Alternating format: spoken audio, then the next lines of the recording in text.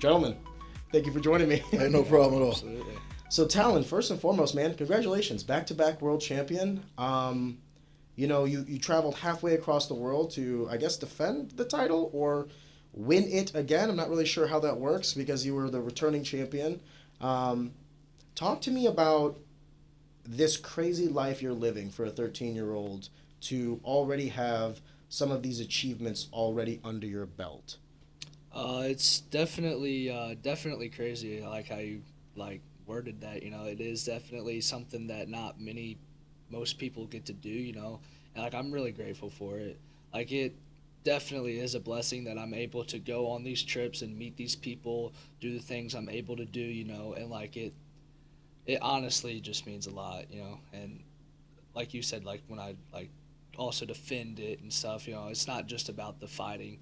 Do I love fighting? Yes, but do I also like to go over and see other people's cultures and how they live their life and stuff?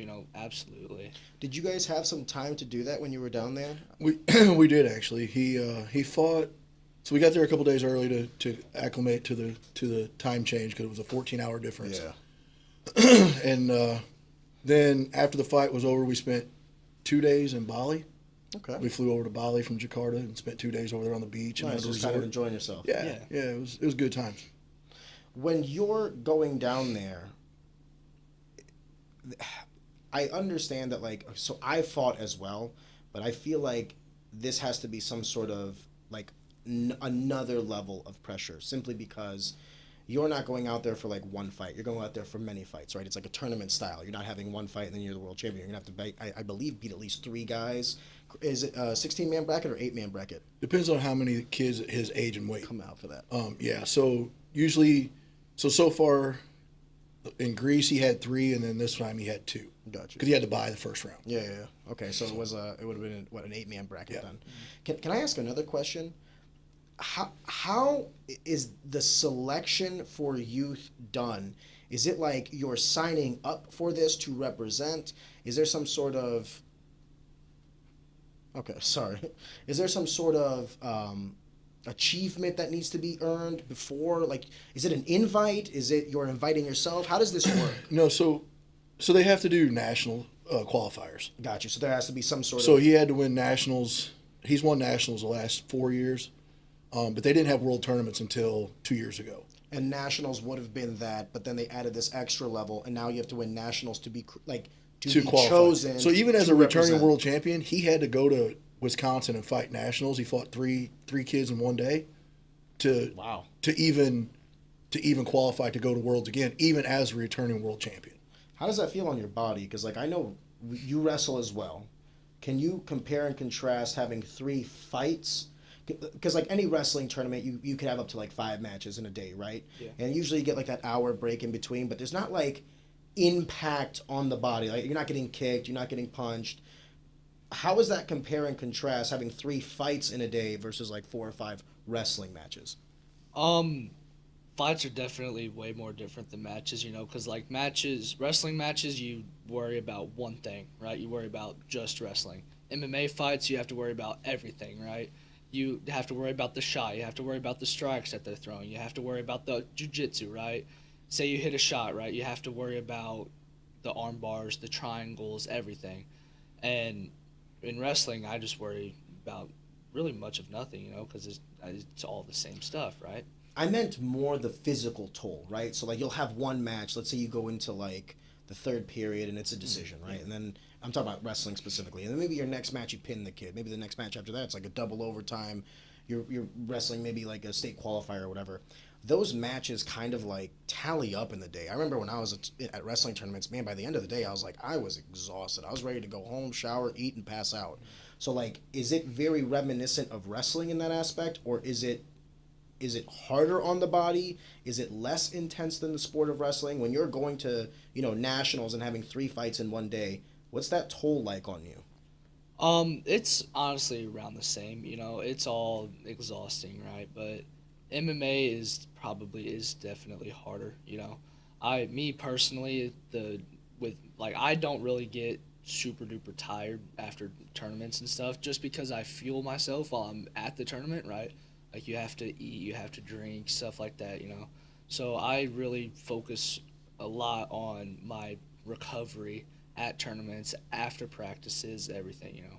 How much time do you have in between fights at nationals? Was it like an hour, or is it more than that? Just kind of depends on how many people show up, you know, like there's depending on how many fights you have in each bracket and everything. So usually it's no later than 3 hours, but no less than an hour. It's like enough to cool down, but not enough to like really Yeah, relax. it's a lot like wrestling. Like it depends because they go through all the brackets, and then it'll revert back to the next bracket, and then you'll start over. Yeah, round 2 of Yeah, like everybody's it's just bracket. like wrestling and it tournaments. also depends on like if you have buys or not. Yeah. You know? And I do want to throw this out there because he catches a lot of backlash from people. For the youth, there's no head strikes. It's from the neck down. Yeah. So people thinking, oh, he's going to get CTE before he's 15, or you're going to have brain damage. And I keep getting this stuff on the internet. People sending me stuff all over Instagram, Facebook, internet forums. Oh, I hope to see that he doesn't have dementia by the time he's 18. Blah. There is no head strikes. So they don't. That's why it's to me it's not a bad sport. Can I add a layer to that? Are they giving football players in high school and middle school this same, opinion? Just wanted to take a second to pause the action and just tell you guys thank you so much for consuming our content. Easy Talk is a passion project. This podcast is just a bunch of like-minded people coming together to produce some cool stuff and talk to some cool people. One of the things I would very much appreciate is if you could possibly like the video or subscribe to the channel, just because it helps us in the algorithm and ultimately to grow, to get more exposure to everybody, including ourselves, and ultimately just make a better product. Take a second, I'd greatly appreciate it, and on with the show. Because if you're asking me, truthfully, as a man, I think football is way more traumatic to the body, both like below the neck and above it, than fighting ever is. Now, do I like that they don't allow for head strikes at that age? Absolutely. Actually, I do. Like, I think that's the right way to do it. Do I think if they did, it somehow belittles or diminishes or whatever, like, he's going to have CTE, he's going to have brain damage and all these other things. Bro, I see kids out of high school football with CTE, and they're not getting paid. They're not doing anything with that. So when you start to attribute, or not even football, hockey, you know what I mean? That's another sport where there's like a tremendous amount of brain damage on youth, like young kids. I don't want to say young kids, like young adults, 18, 19, getting there. I can understand the skepticism or like the fear for safety. I think it comes from a good place, right? Like, I don't want to see him get hurt. Like, yeah, we don't either, you know what I mean? But at the end of the day, you're going to compete regardless. And I would make the argument that, like, when you look at the deaths or the damage done, I had Junaid on here, and he is in a group of physicians that are currently doing like leading research on CTE and brain trauma in combat sports. And it is like pretty cut and dry that boxing is by far the worst simply because of the repetitious. It's not the concussion, it's after the concussion what happens, the protocol for safety and procedures afterwards for recovery. The problem with boxing is you can get rocked, maybe a standing 8 count, maybe you get knocked down, they let you get back up and continue the fight. Where in MMA, even if they did allow for kids to start hitting to the head, let's say Talon drops a kid, the ref is going to be right over there. There's not a whole lot of successive damage after that initial impact. And then what do they tell the kids? 90 days minimum, you can't compete again. We, in MMA, I actually think, which is kind of crazy, we might have one of the more safer combat sports because of the rule set. And the fact that they're not allowing for the kids under 18 to hit to the head is like just like a no-brainer to me. I would make the argument that like amateur boxing is much more. I want to be careful how I say this because I love all combat sports. I love sports in general. I love football as well, right? If you're going to have that opinion, keep it uniform. Keep it uniform for hockey, keep it uniform for football, keep it uniform for amateur boxing and amateur MMA. No, I agree 100%. We've done kickboxing. He won the IKF Worlds, and I said never again. Like, he took some headshots, some big ones, and I was like, nah. How old? 13, like 12? Like, Yeah, he was 12. I was 12, yeah. Is that something that kind of, I want to be careful how I ask this question. You're not going into a sport like, soccer or basketball, right? You play those sports. The sports that you're kind of gravitating towards are a lot more visceral, primal, and absolute. you know, when you get a knockout or you get a submission, someone taps, you don't necessarily need the ref to get in there. It's kind of self-evident, right? Not like a pin in wrestling or something where the ref has to kind of, okay, both shoulders are on the ground, match is over. Do you worry about the repercussions from some of this? Not just specifically competition, but also training. Because I know for myself, I put more rounds and more miles on my body Monday through Friday than I ever did Saturday night. So when you're doing this and you're attracted to the sport, how much of your mentality is also preservation of your body and mind? A lot, you know, like I really do try to take as much care of my body as I possibly can, you know. We have a sauna at home, we have an ice bath at home. I sit in the infrared sauna for 15 minutes almost every night and then jump in the ice bath, right? Because it reproduces the muscle cells that you have broken down through practices, through tournaments, everything, you know. So it just all together helps you amazingly, right? And so, and also like the supplements I take, I drink proteins, I take my vitamins, you know, and it does absolutely help me 100% on the recovery that my body needs. Do you think you're getting like kind of an unfair criticism for doing something that I would constitute, and this is my personal opinion, is just as dangerous as other sports already being done? Or is this just something you brush off and you don't really care about? This is just, I don't know, like the backlash I do get, I just kind of brush it off, you know, like it doesn't really bother me. They have their opinions, I have mine. I just do what I do, you know. Yeah, I think that's so hard to do at your age though, because I remember when I was your age, man, the shit people said actually like bothered me. You know what I mean? Right. Now I'm a 32-year-old man, I have fun, but when I was your age, I remember when I was coming up in wrestling, MissouriWrestling.com had just become a thing, and like the internet was like really taking off. I know that sounds crazy. Joe's gonna attest. Like, times change quickly, but people would have like forums, and I wish I could sit here and tell you that I didn't read what was said about me and about my opponents, and Arian's gonna get murdered by this kid, or Arian's gonna crush this kid, and you know I started like really believing just random strangers' words about me. Like if someone said that I was going to lose to someone, I'd be like, oh man, maybe I'm going to lose to someone. Who do I know who this person is? What credentials do they have to have this opinion? And that's kind of like, it's subversive, man. It's everywhere now. Everyone has an opinion about everything. The head trauma, and meanwhile, there's other sports that I would say are far worse for a youth than MMA.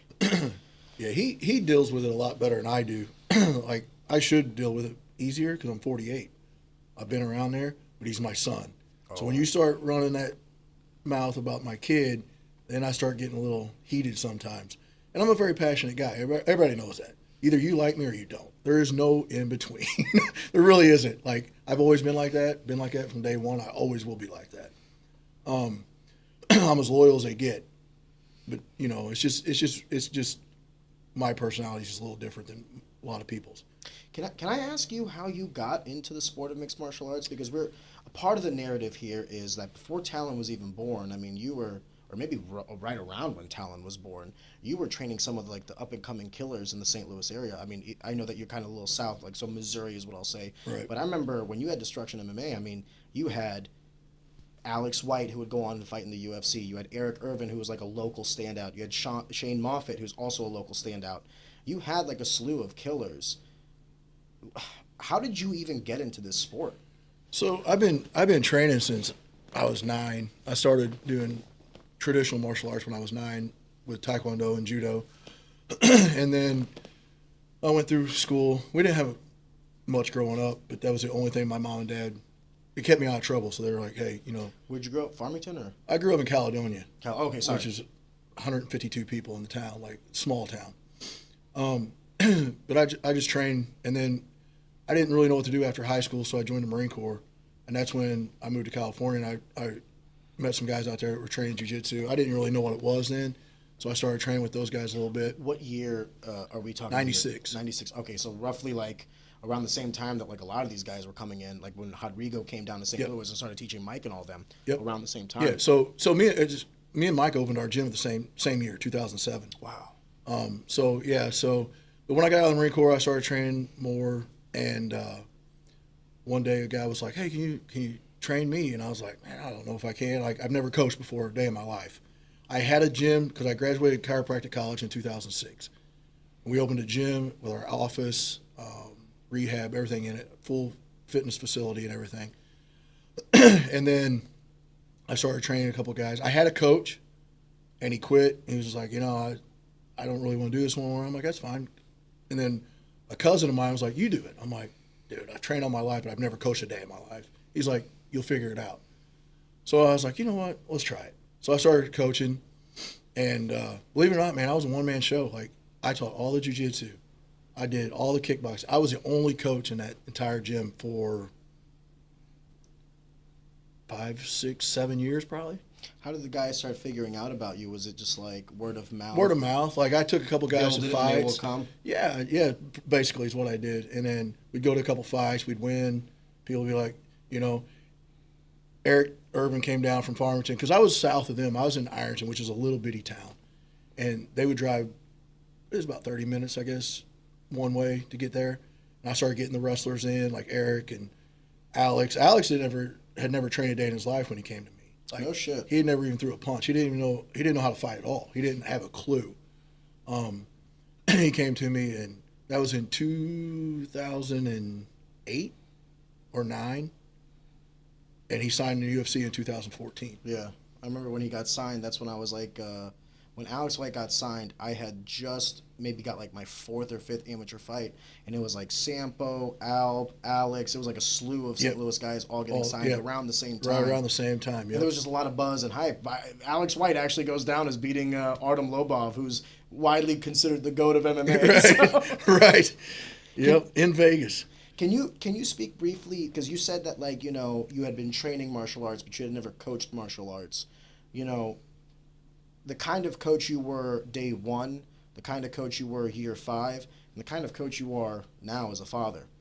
How has that changed? And obviously it does because time. Yeah, time's changed. Fighters change. Man, my God, it's really changed a lot since we started. Like, better or worse? To me, personally, worse. Like, we got the guys that don't put the time in like they used to. Like, my guys used to train. We trained 3-4 hours a day. Like, we were an aggressive team. Like, we might not have had the best skill in the world, but we were mean.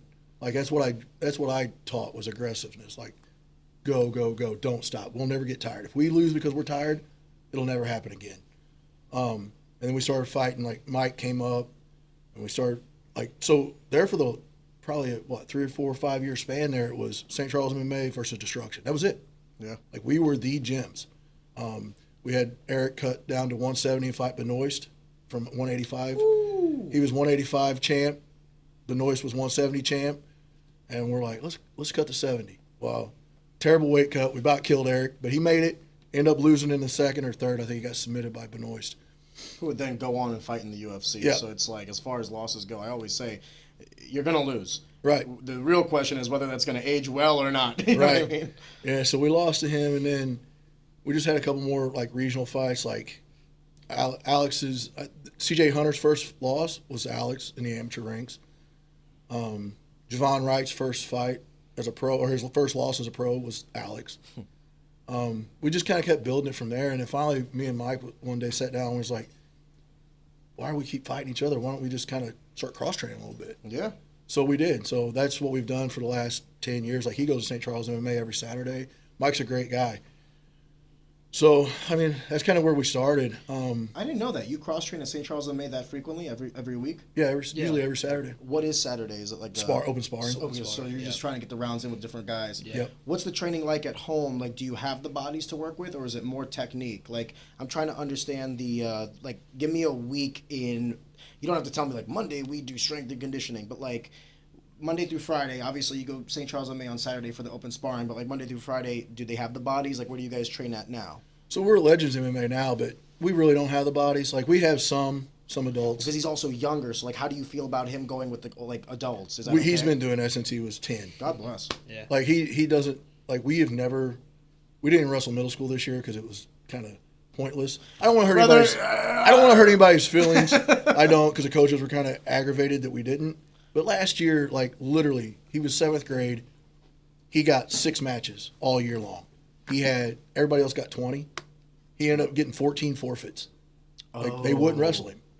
And our last tournament, he had 4 matches going into his last tournament, and nobody wanted it. So he weighed 152 pounds. We bumped him to 190. Just to get matches? Just to get matches. Against the returning state champ. Yeah. You know, they're like, are you sure you want to do this? You're giving up 40 pounds. I'm like, yeah, we'll do it. He was undefeated in his 7th grade year and his 8th grade year. So going into this match, he was completely undefeated all of that last season and this season. Returning state champ, supposedly supposed to be good, supposed to give me a tough match, you know. And I ended up tech pinning him in the 2nd period. Oh, tech fall? Jesus Christ. Tech pin. It was 16-0 and then a pin. Okay. So, yeah, we technically. So after the back points I got on that last, where it would have been a tech, I ended up pinning him. Getting at the pin at the end. What was the reaction to the crowd? What was the reaction to the people around? Shocked. Yeah, because he gave up 40 pounds. You I could see it. Yeah, like it was visibly noticeable. Yeah, like this kid. I'm telling you, this kid. What did the kid say to you afterwards? Just good job. He's like, you are by far the toughest match I've ever had. He had no hard feelings. We didn't have any hard feelings afterwards. And it's just the people around us were completely shocked. Everybody had doubt going into that match for me. Everybody thought I was going to lose that match. But that's where I also said I don't let those people's opinions mess with me, because me going into that match, I was telling myself I'm going to win this match. I know I'm going to win this match, you know. Everybody else telling me that you're going to lose, you're going to lose, you're going to lose. If you people are saying that to you? Get those people out of your life, dude. Yeah. Get them people out of your circle. Yeah. Because you're going to have your own negative thoughts going through your life. You don't need that external bull. Exactly. So everybody's saying this kid's going to be a tough match. You got to really be careful on this one. You got to watch out for this kid. This kid's going to be good, you know. And that negativity, I cancel out. Because that negativity is just going to do nothing but drag me down. It's also, like, obvious. It's like, man, this kid's tough. Yeah, he's a returning state champion. Right. That's like, yeah, duh. Exactly. Well, you know how it works, man. You fought. Like, when you're at the top, people don't want to see you there. It's weird to me. You know that. Like, people are going to be talking about it. They're waiting for you to lose. They're waiting for you to mess up. You know? I said it off the camera, but I'll say it on. It's so much easier to break someone else down than to lift yourself up. And I'll say it once again, the vast majority of people that exist on this earth will not have substantial achievements. That is, I want to be careful how I say this. In terms of extra outside of their own internal bubble. So, like, I think, you know, having children is an achievement. Being married, being like a good wife or husband, like, these are achievements. However, outside of that, I'm talking about the broader sense of the term. Most people won't be state champions. Most people won't be state qualifiers or state medalists. Most people won't, you know, most people won't be varsity. Like, the level of scarcity in certain sports is so prevalent that it creates this mediocrity. And then people always have this thought that, like, I'm different, I'm this, I'm that. And when they get hit with a dose of reality, some people, it humbles them, and they can use that as fuel.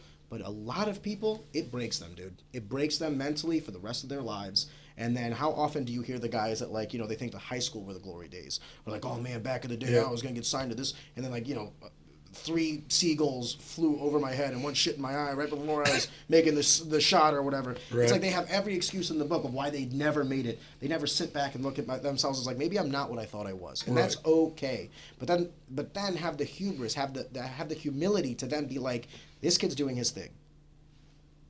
The fact that you would wish ill upon a child, and I don't mean that as a derogatory thing. You're a 13-year-old kid, right? Like you have much more adolescence to develop, and so on and so forth. So I'm not saying child is like a derogatory term, but like I can't look at a 14-year-old and be like, I hope that kid loses at what?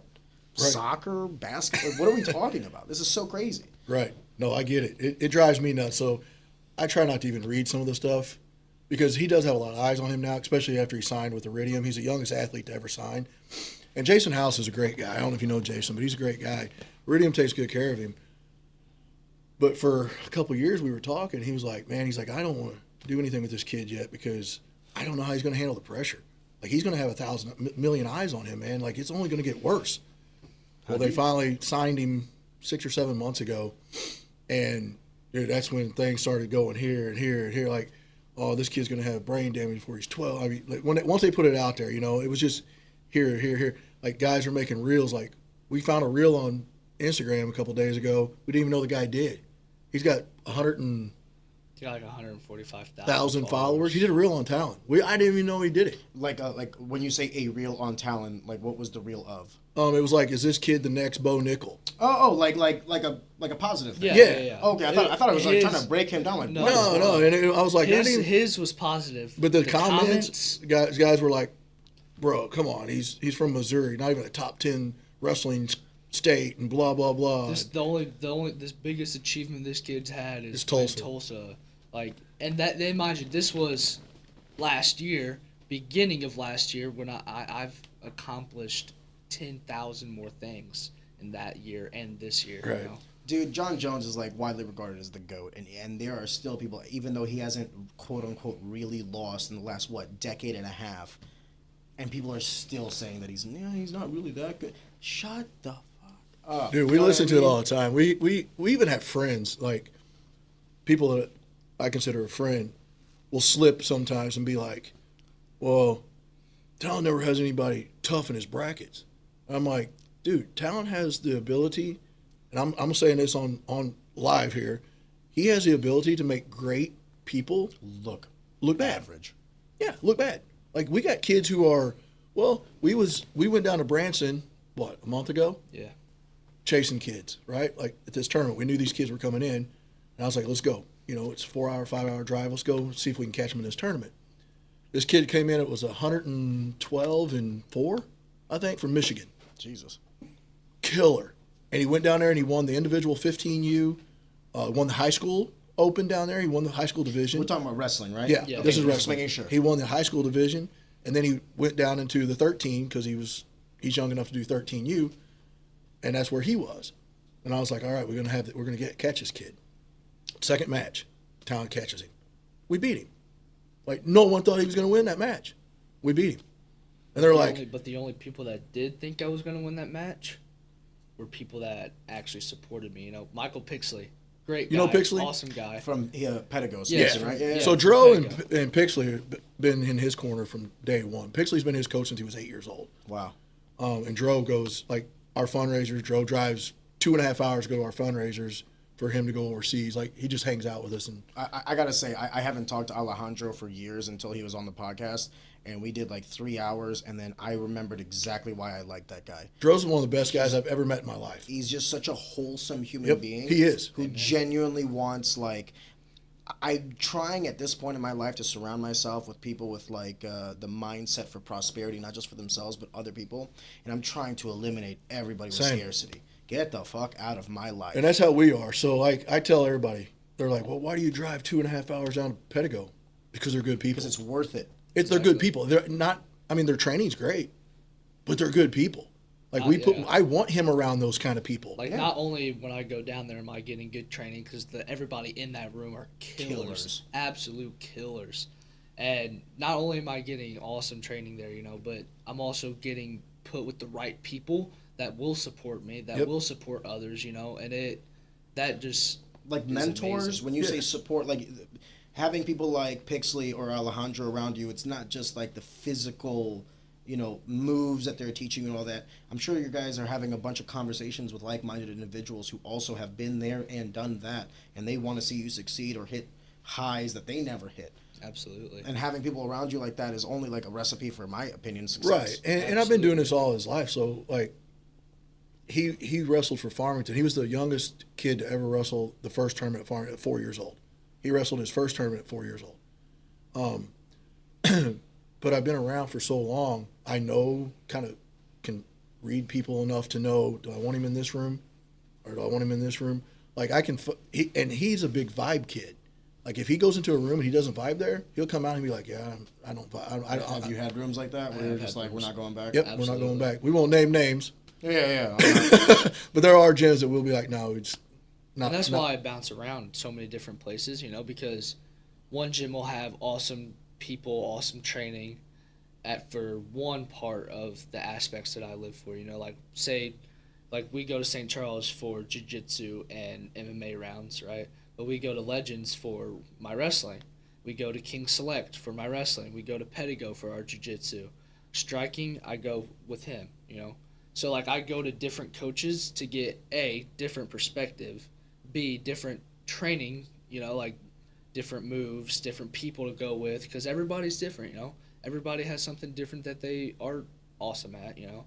And me personally, I feel like I need to go with those people to see what they're good at, to see that kind of perspective, you know, for kids that, say, another kid that I wrestle a kid that has a really good blast double, but I've already trained with the person that has a really good blast double, and I've learned how to, A, defend that, and B, capitalize off of that, you know, so I don't have any worries when that kid starts hitting his blast double. Not just that, right? but there's no stress because it's not something you haven't seen before. Exactly. I often say that the best part about cross-training is simply that, just being exposed to things that you haven't seen before, so that when you go into a fight or you go into a match or whatever, everything that's coming at you, oh, I've been here, I've done that. See, I've done that, though, my entire career. Like, when Destruction was going strong, we would go to Burgers, we'd go to St. Charles MMA, we would go every gym we could find, you know, South, Poplar Bluff, they had a gym down there at one time. We'd go everywhere, you know, just get rounds in with all my guys.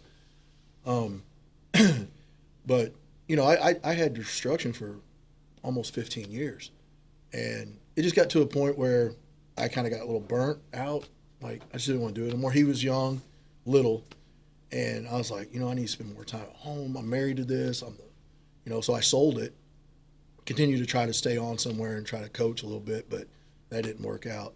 Was the original thought, like, I'll sell it so someone else manages it and I can still be around the That was it. And it's not my responsibility. Right, exactly.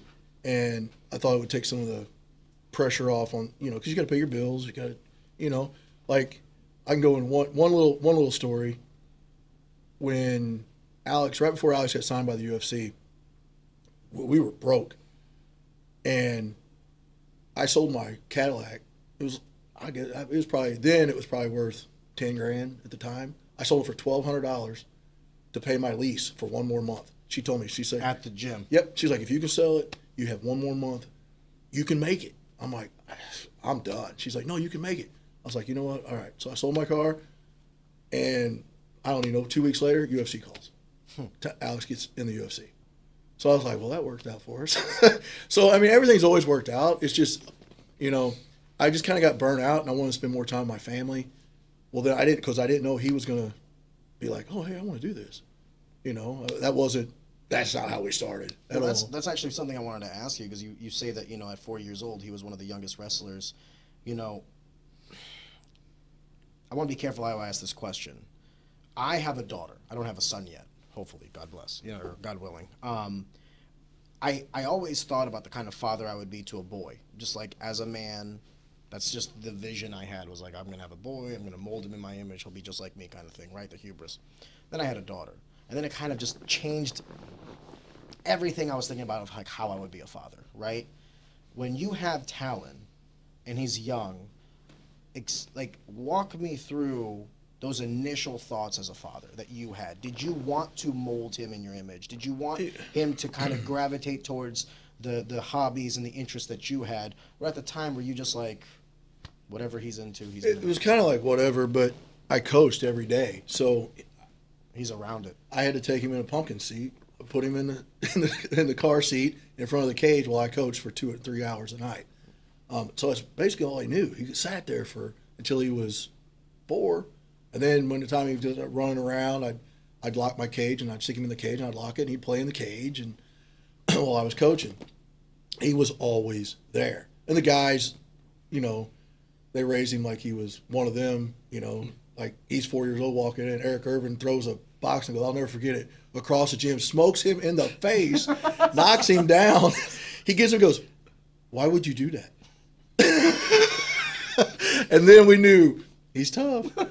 So, I mean, it's really, I swear to God, and some of the stuff he'd come home and say from the gym, I'd be like, Don't say that in front of mom. Like, you did not hear that at the gym. I won't be able to take you back, dude. And then, like, I distinctively remember, I was like 5, right? I would put on this body shield, right? And I would just have the guys kick me. I'd fly. I got on video. They'd kick him, knock him down. He'd get up again. You're having a fun time with it. Yeah, it was always fun. So we always... never made it serious. But then he started grappling around with some of the little kids that would come in, and I was like, you know what, let's just go ahead and put him in a wrestling club at Farmington, because we moved to Farmington. So we put him in that club, and like, I didn't know it was going to go where it went, because he was only wrestling like 1 day a week. Like, people were like, oh, you probably killed this kid, made him do this, do that. I'm like, no, really, he was wrestling 1 day a week, and we'd go do a couple tournaments, and he was winning some, he was losing some. It was no big deal, you know. Fresh into the sport. He's a little bitty guy. And then all the way up till about what, 6 or 7. Yeah. He was winning, losing. Like, his first state tournament, he took the beginner division. He took 3rd, took 5th the next year. And then he looked at me one day and he was like, "Hey, I want to be a state champ next year." And I think that was your midget year. Yeah, when I was 6. It was 6 and 7. Whatever it was. But anyway, I was like, you're going to have to do more than 1 day a week, bud. Like, I mean, that's what it's going to have to take. It's reality. But he was the one coming up to you saying, like, hey, I'm not having the outcomes that I desire. I want to be the champion. Yep. And then you were like, okay. Like, yeah, so we started doing that. So we found King Select over in Granite City, Illinois. We started wrestling with Ryan King. And one day Ryan's like, hey, I want him to do a national tournament in Wisconsin. It's called Cheesehead. I was like, okay. Like, I mean, like this last year, when I started going to King, I was at King for probably 3-4 months, maybe, tops. And I won state that year. Yeah. I went undefeated that season, won state, won the Triple Crown. I won everything in Missouri. Do you attribute that to King? Like the training there got you to that next level? 100%. In just 4 months? 100%. Yeah, he runs his room like a college room. Absolutely. I love it. King, if you have a kid that wants to wrestle, that wants to take it serious, sign up for King. Absolutely. Well, shout out him. Yeah. Who's the owner? Ryan King. Ryan King Select. Got you. Shout out Ryan King. Yeah. You got a great program, man. Yeah, absolutely. That's where Pixley came from. Pixley was over there. That's where we met Pixley. Okay, now it all starts making sense. Vinny's Urban. Vinny's Urban. He's a wrestler down at University of Colorado. He's, what is he? Northern Colorado. Yeah, Northern Colorado. He's, I think he's number 3 or 4. 3 So I don't know. Don't quote me. Yeah. Yeah, and then college. I don't know him. I know of him. Forgive me. But he's a King kid. He started out at King. But anyway, so we decided to go ahead and push a little more. And Ryan come up and he's like, "Hey, I want him to do this national tournament." I was like, because that season he went 32-1 in one state, and I'm like, "Man, we're ready for national tournaments, right?" He's like, "Yeah, you'd be fine." We go up there. We get hammered. I went 1-7. He went 1-7 on the weekend. I'm talking hammered. How was that high coming from that state championship, going to nationals, and just being like, "Boo"? Well, in the beginning, I was like, I don't want to do this. I'm done. I don't want to do this again. What do you mean you don't want to do this again? Like, I wanted to quit wrestling. He didn't want to get beat so bad. I didn't want to get beat again. So I wanted to quit wrestling and not do it ever again. And I wanted to start doing something else, you know. But, you know, so we was on our way home. I was talking, and we were talking about it, and I was like, you know, you took more losses in one weekend you took all season. Yeah. I'm like, so we're going to either change things up or you're just going to have to stick with it. And you can ask her. He didn't say anything for probably 3 hours on this ride home. And he was 9. We wrestled 9. It was a 9U, but we were on the low side of 9U, so he's probably 8. I was 8, yeah. He never said anything for 3 or 4 hours. And finally he looks at me and goes, "No. Why would I want to be the best in Farmington when I can be the best in the world?" He's like, "We'll continue to go back to these." And I was like, okay. Quote my exact words. I said, "Why would I like to be the best locally and in Missouri than when I could be the best in the country?" Yep. What was that thought process? Because he says you were silent for 3 hours. So what was it that was going through your head? It was me telling myself that this is a minor setback for a major comeback. You know, that was my thought process. Me personally, I try to find everything that people would be like, "Oh, that sucks. I'm sorry for you." I try to find any possible thing I can that is positive towards that, and that's what I look at. Yeah. I try to cancel out every negative thing possible. I'm interested in the trajectory of this for you guys now? Because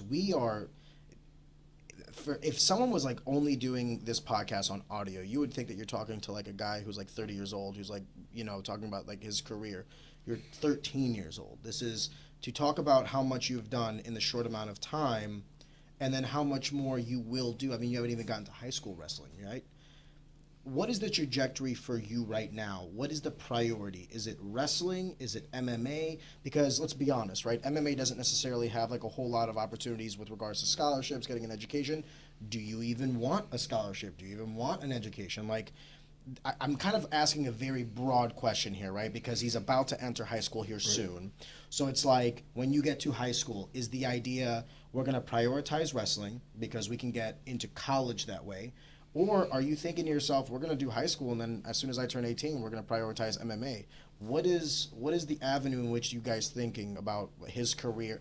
Or, dude, you could tell me, I don't even want to do this after high school. Like, I'm cool. I'm going to ride off into the sunset. I'm going to be an engineer. I'm going to do something else. Like, there's no wrong answer, right? It's just whatever you prefer.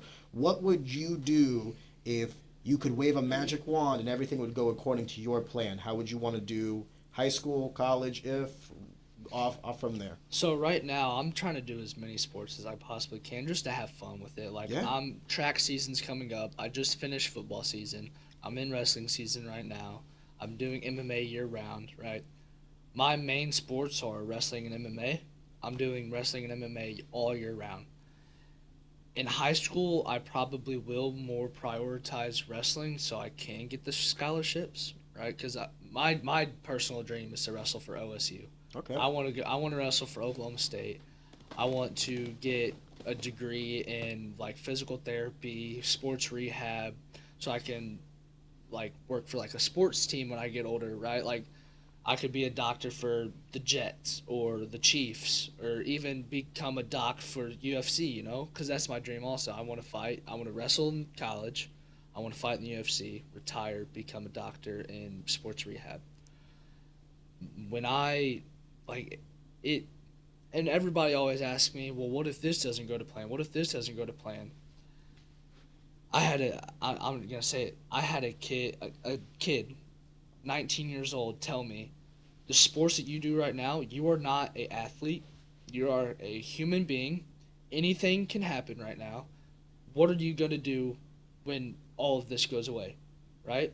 I was like, man, that's a good question. He's like, what if you break your leg right now and you're not ever able to fight again or wrestle again? I was like, man, that's a good question. I don't know. I thought for that for probably at least 2 weeks, thinking to myself, what will I do if that happens? What will I do if fighting doesn't ever go my way or wrestling doesn't go my way?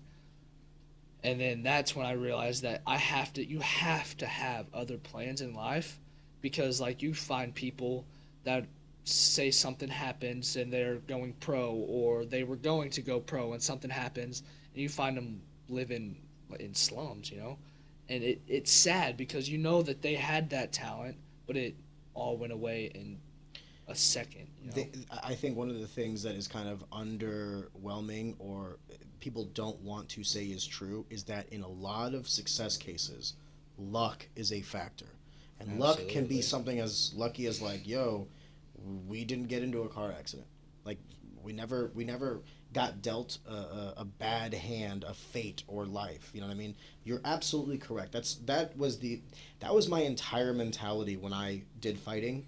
The reason why, when I was coming up as an amateur, I was like undefeated amateur. I was like the next thing, next hot thing, and everyone was telling me to go pro, but I wanted to wait until I graduated school. Like, I was like exactly what you're saying. I thought to myself, I could get in my car and I could get on the highway and some guy can hit me, I'm paralyzed, and then all this stuff goes away. But my mind, my ability to think and to work is going to be constant. So I wanted to make sure I had the degree. I wanted to make sure that I had a different path. And lo and behold, God bless, I thought that way. Because now, even though fighting is no longer something I do, first of all, it will come to an end, right? No matter what, Father Time will win. And you're young now. 30 years from now, you won't be so young, right? So you're going to want to have something that you can also kind of not rely on or fall back on, but to have something that gives you purpose outside of this. And that's actually like a very good question I want to have for you is, you're 13, dude. I'm sure all your friends are talking about, like, you know, they're getting to that age where they're thinking about girls and they want to go out to like movies in the mall. I don't know if that's still a thing. I'm showing my age. Sorry. How do you fit in with your friends? When do you turn on, you know, Talon the competitor and then Talon the kid? Or do you? So, and I have people ask me this all the time. They're like, does he even have time to be a kid? And the question is, yes, absolutely. During high school football season, every single home game I went to. Every one. Did I have practice before that game? Was I a little bit late to that game? Yeah. Did I still go to that game to hang out with my friends, to be a kid? Yes. Do I go to all my friends' birthday parties, go to their houses to hang out? Yes. And, like, I also prioritize, like, the training and everything, right? But being a kid also is really healthy, A, for mental, and B, physical. Like, you can't always just constantly beat up your body trying to do a sport. And that's for any sport, any combat sport at all. Like, it tolls on you. It takes tolls, you know? And and even mentally it takes tolls. You're always like, man, I don't want to go to practice. I don't want to do this, you know? So you have to have that kind of mental and physical resets from having fun, you know? Do your friends that you have, and I don't want to, because we're talking about kids here, what are those circles like? Do they ask you questions like, dude, holy crap, what are you doing? Or are they kind of like supportive? The conversations you have with your friends, where do they kind of gravitate towards? Are they trying to understand you, or are you guys just being kids doing something, you know, just having fun, being stupid, making mistakes? How's that paradigm? Because you're going to go, you know, St. Charles in May, where you're going to be sparring adults. And then maybe that day you go to your buddy's house and you're back with like 13, 14-year-olds talking about whatever it is that you guys talk about, doing whatever it is that you guys do. That's two completely different worlds, and you're doing that every day. Yeah. How are you managing this? I don't really change, like, my persona. Like, what I hold in the gym, talking to adults, talking to people, right? Like, I don't really change. Like, when I go to my friend's house, do we have fun? Yes. Do we mess around? Absolutely. But also, they know what, like, and mind you, there's so many kids in my school that I could be friends with, and, like, I try to be friends with everybody, right? But if I don't get that good vibe off of them, I cut them off, right? And, like, don't think that I'm trying not to be your friend, or I don't like you, or you're not popular like me, so I'm not going to talk to you. Absolutely not. And I don't believe in popular stuff anyways. Like, all of that does not matter to me at all. If you have something, like, if you truly believe in yourself that you can go somewhere, that you can do stuff, or that, like, you also support other people, I'll be friends with you, right? You want to be around like-minded individuals that Absolutely. are supportive and prosperous and all these other things. It's very wise. Absolutely. Your group of friends is you. Absolutely. Like, whoever you surround yourself with, that's going to be you. And I 100% believe in that quote that, I don't know who quoted it, I'm sorry, but the guy that's like, show me your friends, I'll show you your future. I 100% believe in that, right? You say you're around somebody 24/7 that likes baseball. You start watching baseball, you start hanging out with them, you're eventually going to start being like them. You're eventually going to start liking baseball from how much you're watching it and everything, right? If you surround yourself with successful people and people that, you know those priorities and everything, like, you're going to end up being like them, right? That's why I try to surround myself with, like, Pixley and Alejandro and all the Pedigo guys and all the St. Charles guys, all the adult pros that have made it. I try to put myself around them so I can be more like them. Yeah, you're surrounded by mentors. Absolutely. God bless. What do you feel like when you hear your son saying these things? Because, like, obviously he's 13 and he's still young, but he seems to exuberate a lot of wisdom. Is it with pride? Are you worried? Where's your head at? So, I won't lie. Sometimes, you know, I definitely proud of the kid. He puts the time in. He does what he's supposed to do and stays out of trouble. Straight A student. But I worry. God bless, brother. But I worry more than he does, because I'll ask him, like, before bed. I'll sit on his bed and I'll be like, is anything bothering you today? Or did any of these guys? Because I know some of his friends will run their mouth, or he reads something, and like you said, in the forum, or I'll read it, and I know if I read it, he saw it, and I'll be like, "Are you good? Is everything like? Don't lie to me. Like, is everything good?" Because that's my main worry. Because he's like, you're sitting there talking to him. He's like 40 years old at 13. Like, he's always had that old soul.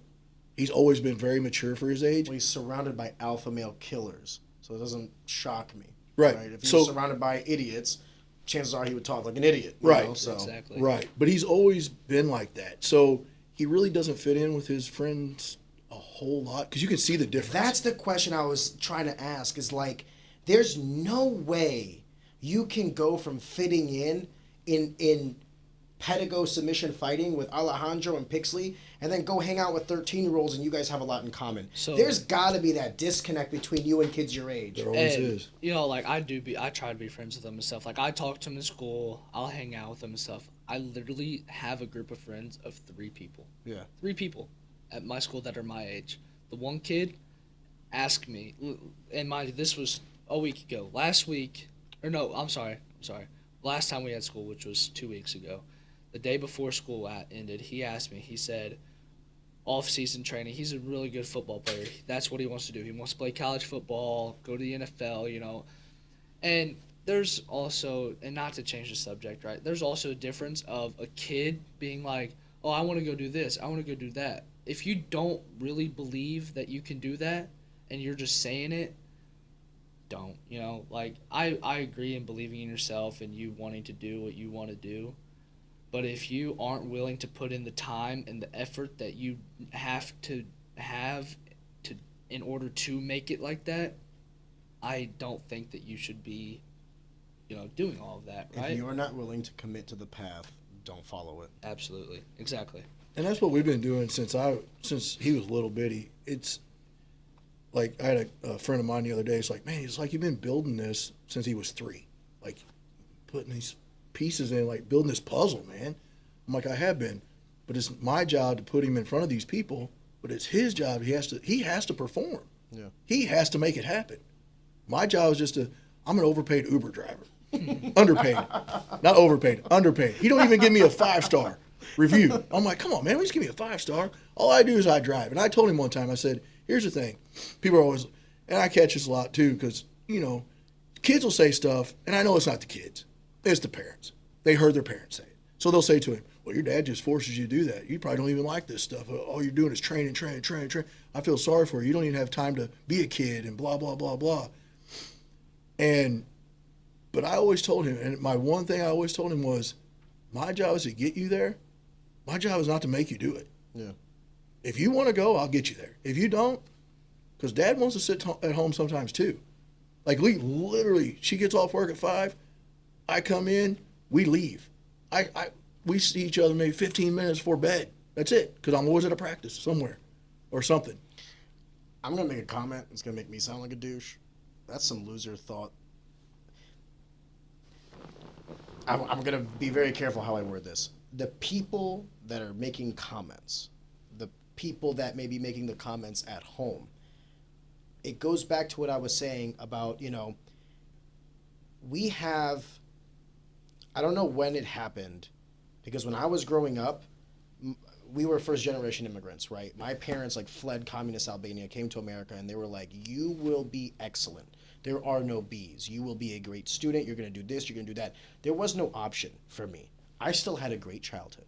I was still a kid doing a bunch of stupid stuff, having fun. But that expectation of excellence was ever present. I don't think those are mutually exclusive things. It's not binary, like you either, you know, have a childhood or you have discipline. You can do both. You can be a disciplined child. You can have fun and compete and do everything that you need to do all the things you want to do. There's no way you can compete at this level if you don't have a passion for this thing. You would have burned out already, and then it would have, you know, you would have gone to your dad like, Dad, I'm done with this. And that's why we said it off the record, but you could say that in 3, we don't know. Things change, people change, circumstances change. You get hit 18 and you're like, you know what, I don't want to wrestle anymore. Maybe I want to play basketball, or I don't know what it is that could possibly catch your eye. He's terrible at basketball. But also to sit here and try to like criticize, you don't know. You don't know. Nobody knows. That's why I had you guys on this podcast, because I didn't know. I don't know. I'm trying to understand. And from the outset, I just think what it is, you know, you lived a certain lifestyle. You had a son who was inundated with this world. Obviously, he gravitated towards it. But at any moment, he could have been like, nah, not for me. Instead, he chose, yeah, I like this. This is a cool path. I'm enjoying myself. The only problem is every lifestyle has a price to be paid. And I think one of the prices he pays is you might not vibe with kids your age. He does not. I'm telling you, he does not. And do you think that's... I'm curious to know your perspective on this. Do you like the manner in which you execute your life today, or do you wish that you were able to, you know... I want to be careful how I word this because I don't want to diminish any child, but, you know, fit in more with a group of kids. At this point, you don't strike me as the kind of guy who's like worried about fitting in. No, absolutely not. I could care less if people like me or if people don't, or if I have friends or if I don't. I'm going to do what I do to pursue like success in my life. If I don't, say a girl wants to hang out or a guy wants to hang out or something, and I tell them no, and they're like, oh, well, he doesn't want to be our friend. We don't like him anymore. Because I have practice, so be it. I have practice. I have my priorities. I know what I have to do to get to that top level, and I'm going to do that, right? God bless. And you know, people say it all the time too. Like another thing, I mean, I'm just kind of jumping all over the place. So You're fine. But we're here for a while. We hear all the time. Oh, it must be nice to be a gifted athlete. Oh, shut the fuck up. Right. Do you really think that he Are you serious? He's 13. How many gifts can he have? Well, he's 6'1", 190 pounds. Fair, but he's also 13. We have no idea, dude. He can get bigger, stronger, taller. No, I'm not trying to be that guy, you know what I mean? But, like, he's 13. I hear it all the time. You're going to grow until you're 25. Yep. You know what I mean? And I'm like, and they're like, you know, yeah, he is gifted. But everybody could be that, too. That's what I was telling our coach yesterday. I'm like, if they had a nutritionist, which he does, like these guys actually, so these people put all this time into him. Like, so we have a nutritionist who does all of his meal plans. Like they do it all. Like they do it because they believe in him and they want him to succeed. So they do it for us. His management company makes sure that we have everything we need. You know, the wrestling shoes, we get what we need. We have a speed coach. We have an explosion coach. You have resources. We have resources and we use them. Yeah. I'm into that. You know, don't get me wrong. Genetics is important. Like obviously being 6'1" at 13 helps. I know a bunch of kids that are tall that are not athletic at all, right? So it's like, I can understand saying something like, well, he has genetic gifts. Duly noted, thank God, right? However, what do I say, Tony, all the time? Hard work will beat talent every time. Every time. The truly exceptional in any craft have both the gifts from God and the gifts unto themselves through discipline and hard work. Yep. When you combine those two, you chose it to pursue the sport of wrestling and fighting. But that could have easily been, space exploration or whatever. Every field, every industry, every category has the exceptional people, and it's a combination of both genetics and discipline and hard work. But the thing of it is, like, it's not even just the combat sports. Like football, when it's football season, it's football. He's training for football. He's going over the plays. He got this year on his thing. His coach sent out. He had the most time on huddle studying plays. Like he's like, why is Talon 4 hours more than everybody else on here? While also doing wrestling practices. Yeah, while also still doing wrestling and all that. Do you find enjoyment in work? Absolutely. Me, I live by this quote every day. You know, if you have hard work in this day and age, you're going to make it. I agree. If you have any hard work in you at all in this day and age, you're going to make it. Yeah, there's so many out there that don't. People don't want to work hard anymore. People try to rely on others and rely on stuff that they have, right? You can't just rely on stuff, right? You have to also pursue. You have to work hard at all of it, right? Say, and Lord beholds, like, people say he dies, right? And all Put that evil on me, Ricky Bobby. and all of Die how? Who's gonna do it? Who's gonna do it? You when I'm sleeping? and all of his money comes to me. What? Sorry, Money. Mom. Sorry, Mom. Mom's like, whoa, whoa, whoa, whoa, there's a hierarchy here. Sorry, Mom. But like, and I just use nothing but all of his money to live off of. It's not gonna work out. All that money's gonna be gone eventually, and you're not gonna have any more of it. Then what? Teach a man to fish versus giving them the fish. Absolutely. You're speaking on inheritance, like in a figurative sense, Yeah. and I can understand the mentality you have behind that. What if I told you most people do not think like that? Most people are comfortable with surviving and not thriving. Most people are comfortable with creating enough prosperity within their lives to have more leisure time. Everybody I know that is supremely successful, and I don't mean success like monetary.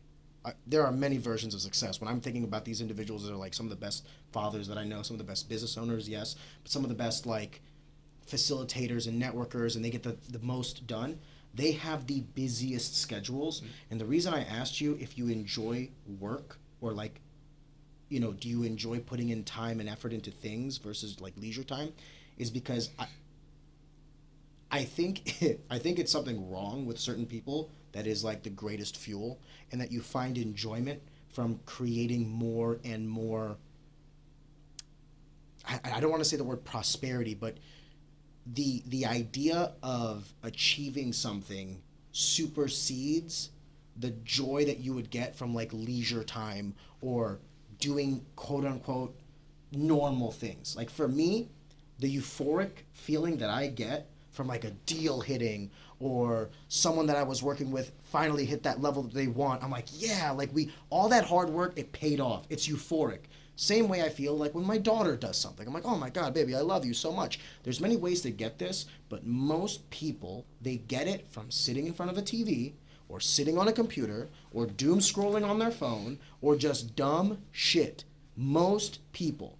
So once you realize that most people are not like you, things start to make sense. Yep.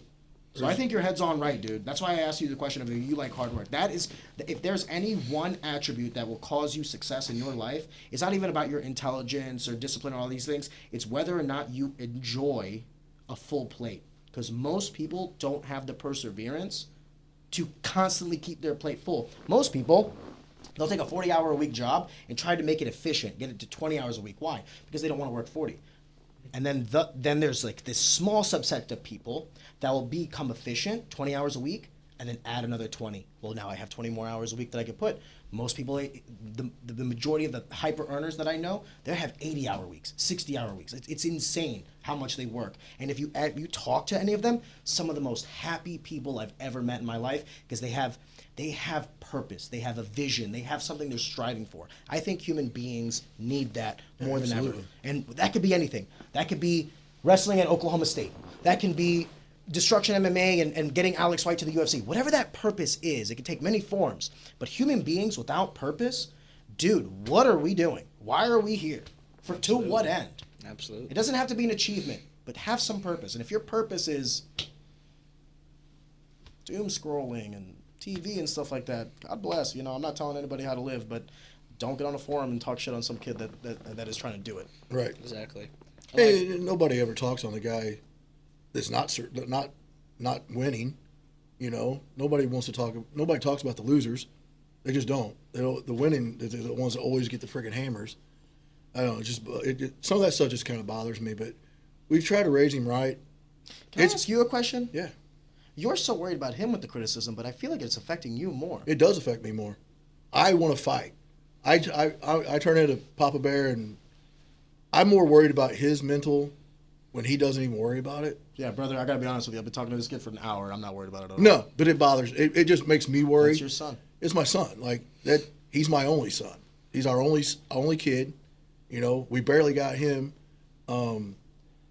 So like, it's just, I don't know. I've put everything I've had once I became a father.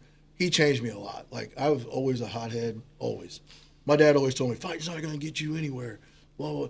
The day my dad died on the hospital bed, my dad says, "I take it back. Fighting got you everywhere. It got you in." Well, right now I'm at 35 countries, multiple TV. Like, it's got me all over the world.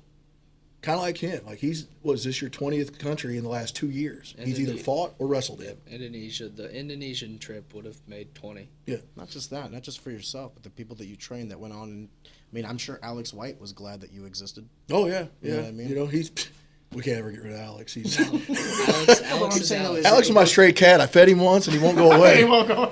No, but it goes past you, right? Yeah. It's like, yes, it did this for you as well, but then all the lives you touch. That's why I say Mike Rogers is like one of the most successful guys I know, because like, think about how many lives he's touched. Think about how many guys walk through your gym and then were forever changed. Same with Mike. Purpose is infectious. Your purpose can infect other people to also have purpose. And that's why I think it's good when you're talking about the circles that you're in, and like, you know, I like hanging out with Pixley and Drill. I'm like, fuck yeah, that's a great group of guys to be around.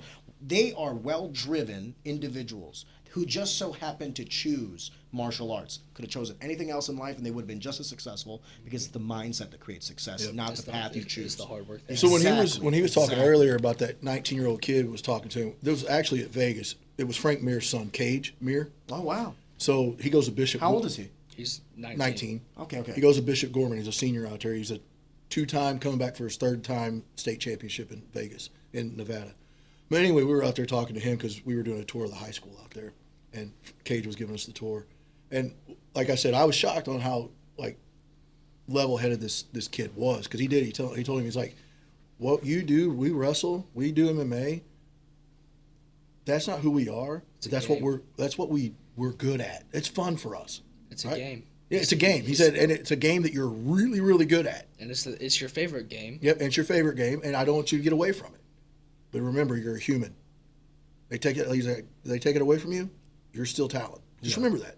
And I was like, oh, this kid's freaking pretty. That's such wisdom. Right, for a 19-year-old kid, I was like, but also, look at who he has grown up with. Dude, Frank Mir was a mind as well. Yeah, exactly. Yeah, and he's a very, very intellectual guy, like very smart on his stuff. Exactly. But like, those are the kind of people we like keep him around. And Frank, you know, and Frank Mir was also not only an exceptional fighter, but he was also an exceptional human being as well. Like, he was a good guy. He's kind of like, right? He kind of reminded me, like, Cage was like, you kind of remind me of my dad. Like, you're there, you're making it happen, but you're just kind of there. You're just, you know, like, we went to Syndicate. He trained over a week at Syndicate because his Iridium brought him out. And he's like, you going to tell him you coach? I'm like, no, that's not what I'm here for, dude. I sat on the bleachers the whole time and played on my phone while he trained. And that's not what I'm there for. I'm not, hey, you need to do this. Like, I don't go into gyms and try to coach and be like, you're doing it wrong. No, I wouldn't be bringing him here if I didn't trust the process. What's it going to be like for you when he gets to the age where, you know, he's going off to college, he goes to Oklahoma? Oh, we already had this talk. Yeah. Yeah. Oh, He's I'm moving with him. We're being roommates. He's going to see me at the frat party. He's like, Dad, what are you doing? He said he's going to dorm with me. Yeah. I'm going to get the room next door. Do you like that idea? Hey, look, it doesn't bother me. I'll be fine with whatever decision he makes. He's like, please just don't make that one. I'll say this, man. I remember when I was your age, I used to think of my parents as like, you guys don't know anything and all that other stuff. The things I would give up now, Talon, to have my mom back or to have more time with my father, it's funny how life kind of works like that. And now, more than ever, as a father, there's nothing I would rather do than just hang out with my daughter, watch Frozen for the 1000th time. Yeah, that's what I'm saying. Like, he settled me down. Like, when we had him, it changed me completely. Like, the first few years. How old were you when Talon was born, out of curiosity? 34. Okay, so I was 29 when Adriana was born, so a bit of an age gap there, but not too much. Yeah. I agree. Fatherhood changed me. Changed me completely. Forgive me, but you were no, it changed me completely. Like, it calmed me way down. It took us a few years to get that, like, I don't know, the chemistry going. Like, because I've always been that guy. Never taught kids. I've never coached kids. Like, the whole time I was coaching, I refused to coach kids because it's just not what I wanted to do. And I trained, when I first started, I coached him like I coached the adults.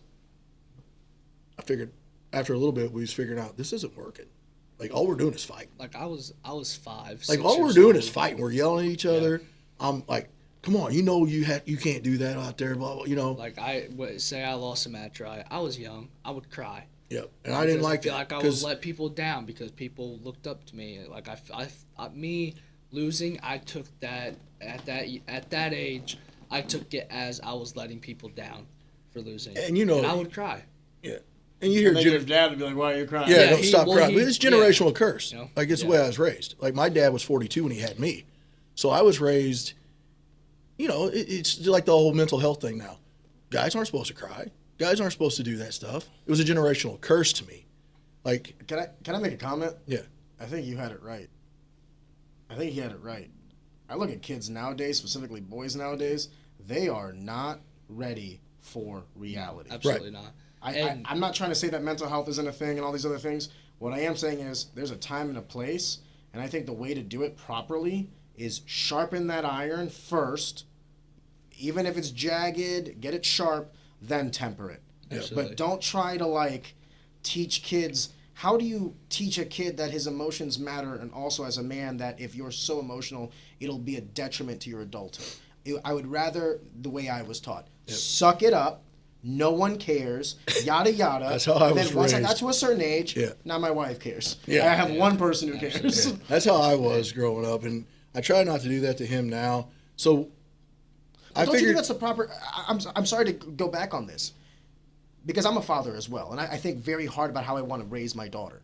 She's not going to be a victim. I'll tell you that right now. Right. She's going to be me, but a girl version of me. And I don't mean that in walk this earth, do what I want to do, but confidence, right. Honesty, hard work, discipline. She'll have all these things. That's not going to be an option. And if I had a son, it would be the same thing. I don't care what other people say.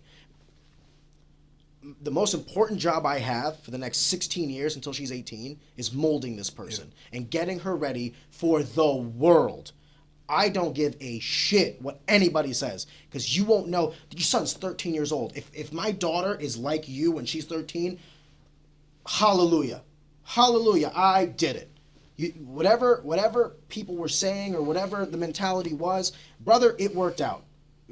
Were there hurdles and stuff? Absolutely. Yeah, absolutely. I'm sure you guys did fight a bunch. Yeah. Oh man. Well, and then like this, dude. But we're almost exactly alike too. So that's the bad thing too. That's another bad part. So we kind of have the same. So you didn't have to say it with your face. So mom sits back here and she's like, no, you guys are the same person. That's why you're like you would get mad at me, then I would get mad at him for getting mad at me. He'd get in my face. I'd get in his, be like, "Why are you in my face?" You know. We figured it out though. It took. What's it like fighting your son? Oh, I won't fight him now. I can tell you that. I'm too old for that. He beats me up now. But I still cheat. And and this is also going back to King Select, right? While I think King Select is the best place for your kid to go if they're really wanting to take wrestling serious. King didn't only just help me in just wrestling, right? Showing me technique, all of that, right? It helped us as a father-son, because Coach King, Ryan King, and his kid, Colton, were also like that. Coach King was Colton's dad, and it was also his coach, right? So they also had the same exact battles we did, right?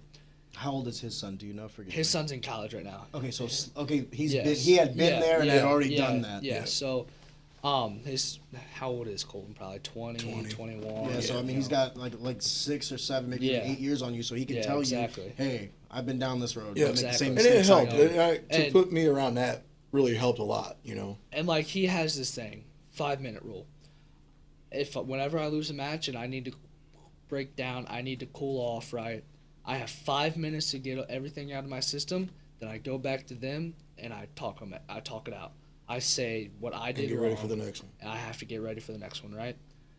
And me personally, if you're at a younger age, I do agree with that. But when you're getting up to 10, 11 years old, stop that. Yeah.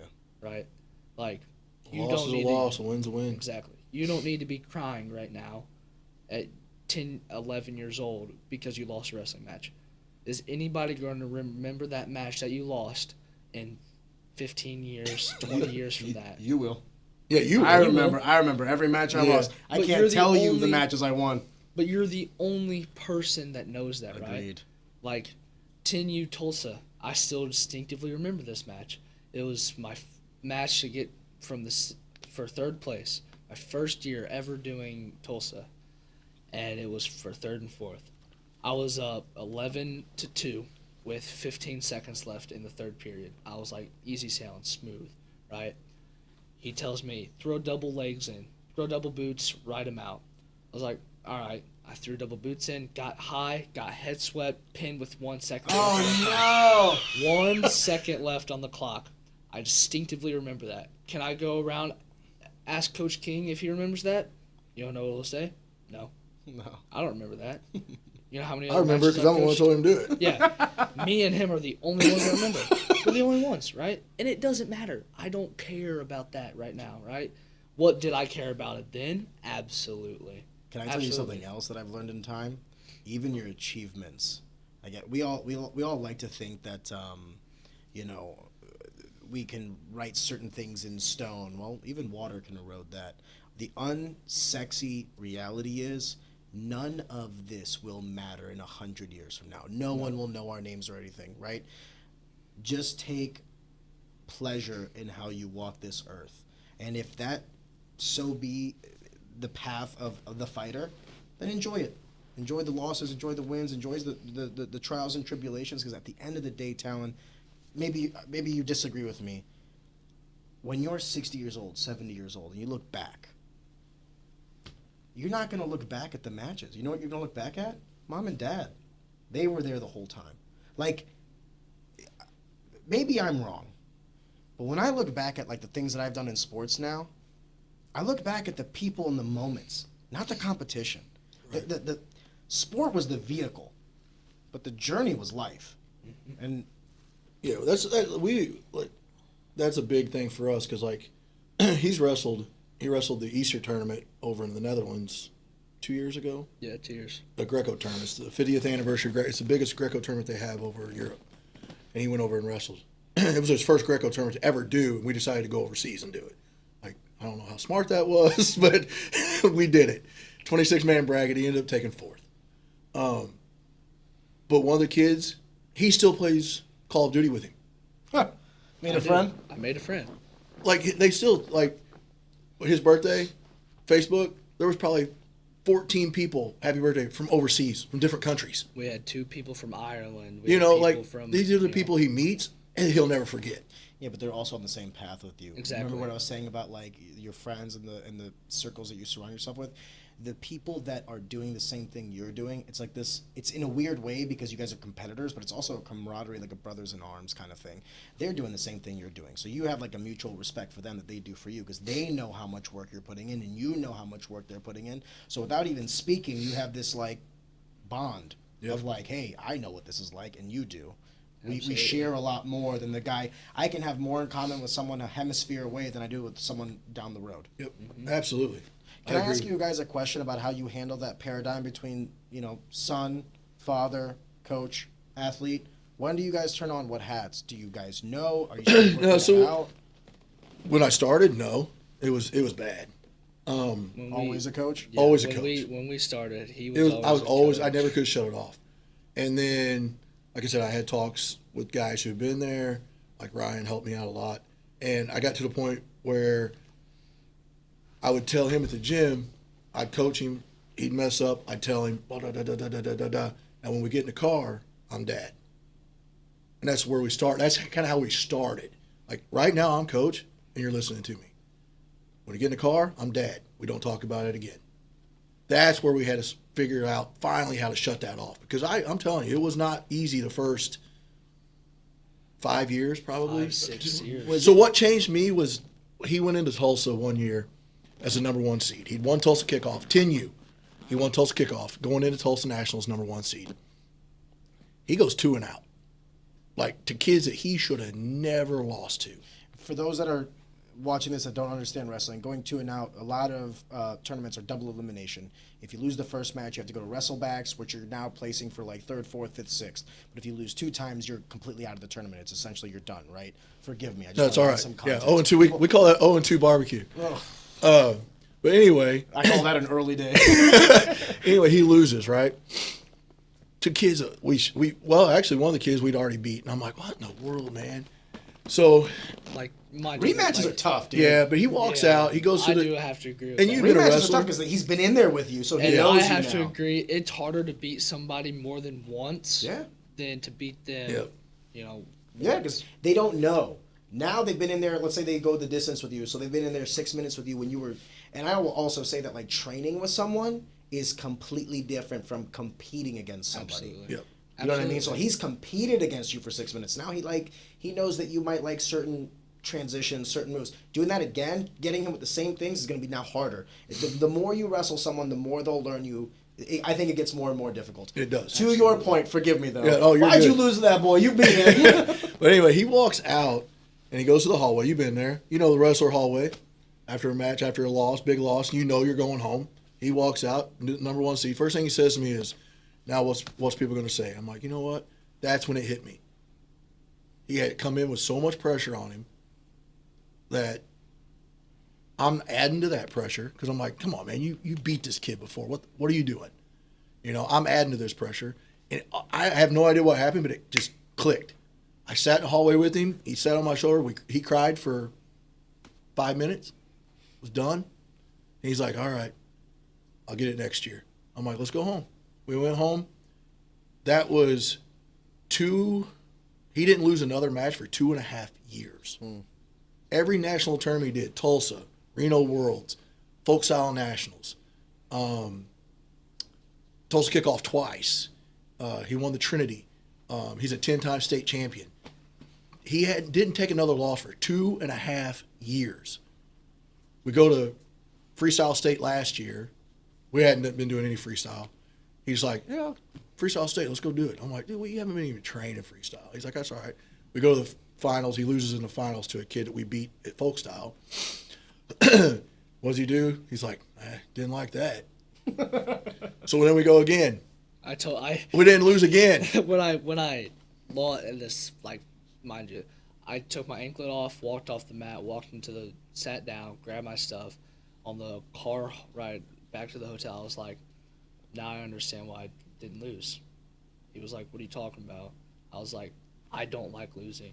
Nobody does. Yep. Nobody likes losing, right? If you tell yourself I like losing, there's something wrong. You're a loser. You're by definition a loser. There is something wrong with you when you say that it's okay to lose. It's not. It's not okay to lose. If you enjoy losing, yeah, there's something wrong with you, right? Do you enjoy winning more than you hate losing? Absolutely. No, you hate losing more than you like Or do winning. you hate losing more than you enjoy winning? Oh, I hate losing. Yeah. Oh, okay. So Yeah. you're basically like, I don't even care if I win. You're just not gonna beat me. I'm just Yeah, you're not going to beat me. Yeah. like the disenjoyment I have in losing is by far greater than it is me like to winning. You know? Yeah. Like it, I don't know. There's I'm just the same something- way. I There's think just- that's why we forget our victories, but we always remember our we defeats. remember our defeats exactly. I'm the same way. I fucking hate Exactly. losing. It doesn't matter what I'm losing at. It just makes me feel like less. That's than what I am. it's him, Like, I too. could- Like, we go to track. He wants to run track, and I'm like, good. It'll be something you can just have fun with, dude. No competition. There's no competition, no nothing there, man. You just go out and you run or you throw a freaking shot put. He's like, all right, cool. Freaking 2 weeks in, he's like, hey, here's the school records for track. I think I can beat these records this year. I'm like, are you serious, man? He's like, Do we have to make this competition? I'm like, does this have to be competition or can you just go out there and have fun? He's like, everything's a competition. Is competition fun? Yes. Absolutely. I think so too. Yeah, because he's pushing himself to see if he can beat this kid that Exactly. has the record. He's like, I think I can Exactly. beat that. Well, what if I told you, Joe, that everything is a competition even if we don't know it? It is. It is. It is. It So truly it's is. better to have the mindset Yeah. of like, So that's when I knew that it was a losing battle for me. I'm just like, go out there and kill everybody, dude. Just go for it. Have fun beating everybody. I don't know what to tell you. Poor mom though. Mom's always like, hey, can we just have fun with this? Like, do we have to like constantly be looking at who this God kid bless. is, looking at these records, and I'm like, Yeah. What do you mean, Mom? This is fun. Yeah, this is fun. We're looking at the records. Yeah. So yeah. Can I ask you the paradigm shift though? Because like obviously your father is you're kind of taking the example that he laid before, right, with his lifestyle. This is also the pursuits that he had, and you're kind of adopting them into your own lifestyle. But where does your mother fit into this equation for you? Is she also a coach? Is she the escape for you? Obviously, she's very supportive of you as well, because it takes, your dad has to be in on this, your mother has to be in on this. Like, it's kind of like a team effort now. Paul Collum had a great quote when he was like, it takes a village. It does. There's no one person that succeeds on their own, and it's not usually just one coach. It's usually a village. That village can be 5 people, it can be 50, but it's not just one person. So you have your mother in this paradigm as well. Explain to me the compare and contrast between dad, coach. Is mother also a coach? Like, how does this work? Mom is the glue that holds all this. Mom. That's how I know he's wise. Mom is the one that wakes up every morning at 4:30 to cook all of our food, to do the laundry, to do all of that, right? But then she also, say we do get into a fight, and like, we have gotten better, but do we still get into fights over stuff? Absolutely. That will never change. Everybody does, right? It's just that mindset that people have.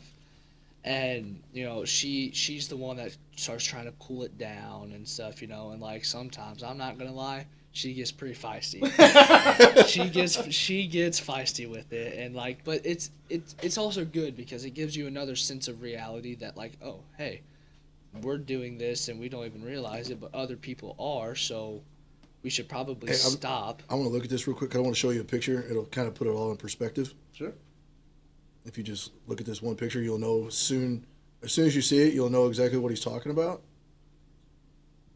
It's probably the best picture I've ever caught. I already know what picture. Who's got the most patience in the family? You, your dad, or your mom? None of us. That was after he won the world championship. Literally, That's who he found. I walk off the mat, and that's the first person I look for. Do me a favor.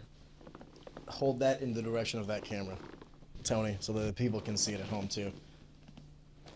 That was the first person he found. Wasn't me. Oh, it was. He come over and knuckle bumped me. It's not focusing, back it up a little bit. This is going to have a hard time. Don't worry about it. We'll post it. I'll edit it in. Will you send that to me? Yeah, if you don't absolutely. mind? Yeah. But that kind of sums it all up. He looked for her. He knuckle bumped me and went straight to her because mom's the one that is kind of his safe space. Not that I'm not a safe space. He knows he can rely on me on everything. It's the femininity. But he's a mama's boy. I was the only boy in my family. I have 5 sisters. I was the only boy. I'm a mama's boy. Mm-hmm. Like, mom was my safe space. Dad was dad. Oh, he was probably hard on you though, because you were the one boy. You were the namesake. So I'm the only one. Like, we make a running joke about it all the time. Like, I think I'm adopted because I'm the only one that did anything. Like, but my dad made sure that I did. Like, I don't know. It was just different between me and my sisters. Like, because I'm the youngest, by far the youngest. Like, my oldest sister's 70. Like, that's how old my parents were when they had me. My dad was 42. My mom was 41 when they had me. God bless. And so that's what I grew up with the old mentality. So I'm the one that I graduated high school. I went to the Marine Corps. I got my doctorate. Like, me and her both are chiropractors, So we did all that. I was the only person to ever go to college. I was the only one to ever go in the military. So, like, I don't know. It's just, and I think between the both of us, he has, one of the media guys that does the GAMMA stuff that we do said this on one of his podcasts, that he really don't have a choice. Like, he does have a choice because he's got his own brain, but to come from a family of, she coaches competitors in bodybuilding fitness. So she's won the overall fitness at the first form stuff. Like, she's been competing all of her life. She's got her own coaching. She works full time, same as I do. We work multiple jobs. But he sees that every day. He sees the discipline that we have to have. So he kind of grew up with that. Like, he knows, okay, hey, they're meal prepping today because this is what we got. It's most people are like, oh, I just want pizza and whatever. You know what I mean? But the one thing I like about the way he was explaining it, though, is like you can understand that yet still appreciate it. Yeah. Because sometimes when the base is of a very high level, people start to like get disassociated with where that is, and they start to think that everyone else is like them.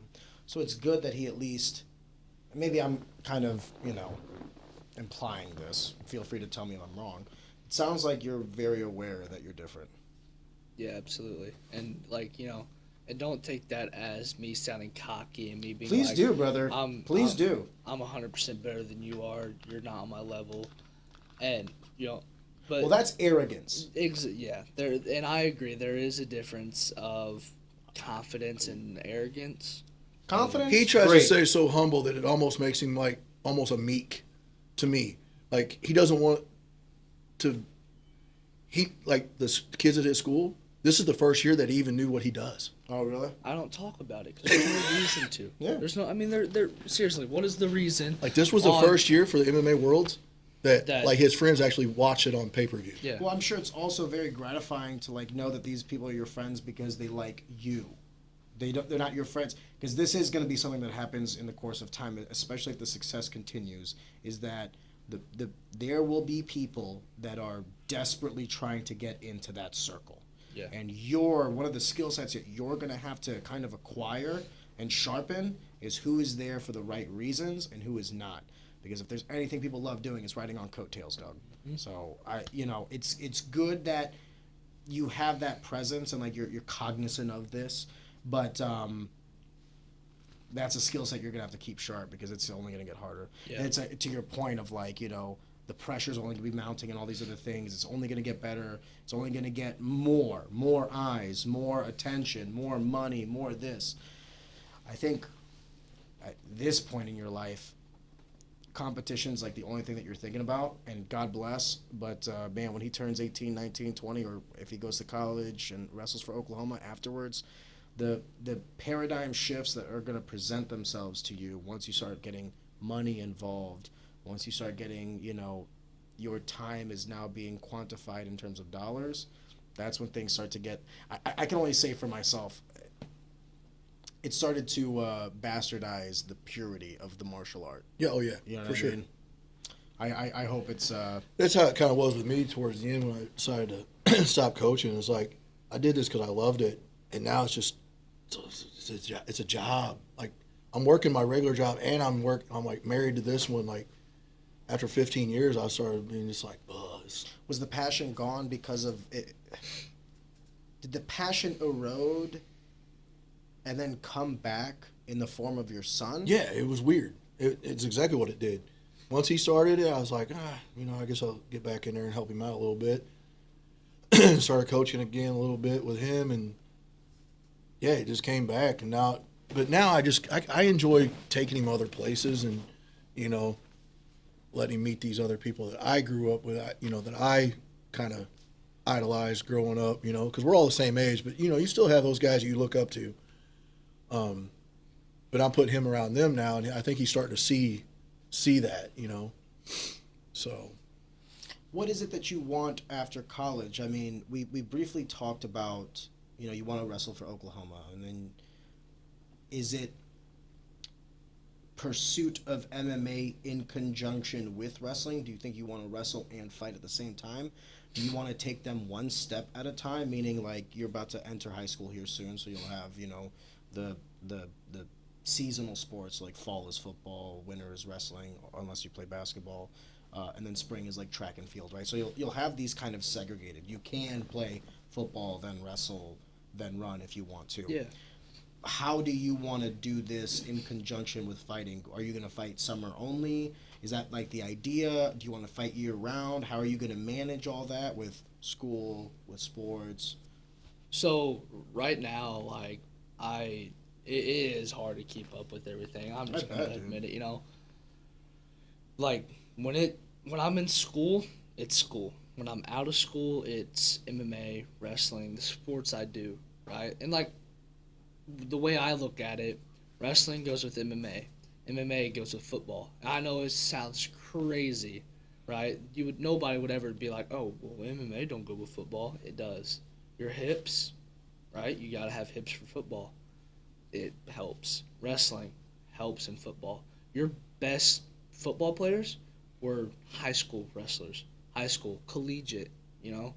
Like, being a multi-sport athlete is incredibly important. Absolutely. Because you have different purposes in every sport, right? Like, you do different things in every sport, and it also, like, just being an athlete in general it goes with every sport, right? Like, you don't have to be the biggest, you don't have to be the strongest, but you have to be the hardest working and the most willing to pursue and try to be the biggest and try to be the strongest, right? Does that stuff play a factor and help? Absolutely.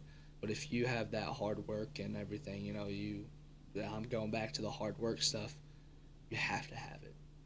You know I've said that probably 5 times this podcast, but you have to. You also have to have time management, because when you were telling me that you're isolating these, like when I'm at school, it's all about my academics. Mm-hmm. When school is over, it's all about the sport, and that could be football if it's football season, that could be MMA because that's year round, that could be wrestling because that's year round, whatever it is, but you're isolating these. You're not trying to handle all of them all at once. You're kind of like juggling, right? So It's like, I'm holding this right now, throw it in the air, holding the next one. And that's a skill set that will only be more and more important as you get older. What kind of childhood do you want? Like, do you want to just add more to your plate to the point where you've basically ostracized yourself from other kids? Are you trying to manage both the social aspect with the competitive aspect and your dreams and pursuits, but also be a kid? What's more important to you right now? Man, that kind of stumped me, I'm not gonna lie. Like, by the way, you could say they're both important. Yeah. Well, and, you know, they are, you know, but I feel like right now, because I am young, right, I feel like also, like, you do have to be a kid, you do have to have fun, but me being like an adult is way more important than me being like a kid, you know, because that sets me up for when I am an adult. I already know how to do all of this, right? Me being with adults teaches me how to act like one, and then when I do become an adult, it's already set out for me, right? Because I already know how to do all of this. I'm not going to be doing stuff I did when I'm 40 that I did now, right? I'm not going to be going to trampoline parks with my friends, you know? Why not? Well, I mean, Or you'll end up in a wheelchair. Wait till you have kids, and then the circle goes back to itself. I was like, damn. Yeah, but you also have to. I do agree with being a kid too, you know. So, like I said, they are both important. Well, let me change the verbiage of my question, because it's not more or less agreeing with it. My question is more the importance of it to you. Let's say you have a birthday party, your buddy's having a birthday party, and it just so happens to coincide with a practice. Are you going to the birthday party or the practice? Birthday party. Why? Because I have more practices that week. What if it's a tournament? What's that threshold, right? What I'm trying to get at is, where is your head at when you're doing the calculus of, like, okay, what's more important right now? And that's life, right? Constant equations like Absolutely. that. So instead of practice, it's a tournament. Not a national tournament, a tournament. You still going to the birthday party? Not national. Now, nationally, I would go national, 100%. Not nationally, I'll still probably go to that birthday party. Okay, so there's like this growing hierarchy of, like, you're important. All right, no longer important. Yeah, there's a difference in importance also. Like, I look at it there's levels of importance. You could be on level 1 where I don't care at all, but you could be on level 4 when I'm like, yeah, I kind of care. If it comes up, I'll probably do it, you know. Or there's level 10 where I'm like, I'm dead set on this. I'm going to do this. This is important, right? Mm-hmm. And, you know, that's the way I live at it. Like, national wrestling tournaments, level 10, right? I'm going to do that. I know I can do that, and I know what it takes to be able to do that, right? But, like, friends' birthday parties, probably a 4, right? Is it important? Yeah, you got to be with your friends. You got to show support towards your friends. I get that. But if something else comes up, you know, don't be mad at me if I'm going to go do that, right? But level 1, like, you know, it doesn't really matter, right? Like, there's levels of importance and there's levels of stuff, you know. We just got done with Christmas. At the time of this recording, I think it's the 28th today, right? Yeah, today is the 28th. What is the holidays like with the family members? Like, obviously, you have a bunch of sisters, so like he has a bunch of aunts, and I'm not 100% sure whether you have siblings as well. But what do your family say about this path you guys have chosen? So really, my family, we're so far apart in age. We're really not that close. Me and my mom are. My dad was. The rest of them kind of live off. Their kids are older than I am. Jesus. So it kind of puts it in a weird. I can't really speak on what most people do because my family's just different. No, I'm not talking about most people. I am talking about. Yeah, so it's different. So they're, like I said, their kids are older than me. So. Do you not talk to them about these things? Not really. They don't really care about it too much. They don't really care. Now my mom, she's 86. She's never missed a wrestling tournament or anything. She travels all over the country with us. She rides in our car to every tournament. Duly noted, but I kind of want to ask another question. And by the way, remember, guys, if I ask a question that you're like, I don't want to answer that, Ariane, you do not have to do anything. You say that the age gap between you and your sisters creates a barrier for that, like, relationship. Where does that stem from? From youth? From the very beginning? Well, yeah, from the beginning, because I'll go ahead and say it. Like, my mom and dad, when they had me, they had grandkids older than me. Jesus Christ. So they didn't put time into the grandkids because they had to raise me, right? Everybody else was out of the house. I was the last one in the house. So they had to put their time into me. My sisters kind of got a little aggravated, I guess, because they don't treat their grandkids like they treat him. That's because there's grandkids, and then there's you. Exactly. So that's kind of where it stems from. There's a fucking hierarchy. So it's like almost like a jealousy thing. Almost, it's kind of how it portrays that. Like so you spend more time with Talon than you spent with our grandkids. And my mom's like, but I was raising my own at the time. Now all my kids are gone, so I can put time into my grandkids. Yeah. You know. And I'm not the only grandkid, right? But he's the youngest by far. I am the youngest by far, absolutely. But I'm also the only one that does stuff with my grandma. Nobody else has. Him and my dad were close like of this. relationships. Me and my grandpa, we were. So when Dad passed away, Grandma took over. Yeah. So and luckily, I was young enough to not really understand what happened when my grandpa died, but now, like I do understand it, and it like when I finally started understanding it, like it was rough. May I ask what it was? So he worked on a farm all his life. So it's kind of like tuberculosis, but it's histoplasmosis. So it's from chicken coops. Oh, and the inhalation over and the it course eats of your time. lungs. And so by the time he was 80, what he died at 80? He died at 80. 80. Yeah. He was on oxygen 24 hours a day because his lungs just wasn't working because it keeps growing, just like tuberculosis. It just grows and grows and grows, so your lungs don't work no more. It's essentially almost like a cancer. And he caught it when he was 40. Can I also say something, though? 80 years old, God bless. Yeah. Yeah. Oh, yeah. I mean, and my mom's 86, and she's still, like I said, tomorrow, she already called me today. Don't forget me. I'm like, I'll be there, Mom. I'm like, I'm not going to forget you. My car don't go anywhere without you in the back seat. So she's going to this wrestling tournament tomorrow. Like, it's a local tournament, you know. And we went last night to weigh in, and even the guy at the weigh-ins was like, really, Talon?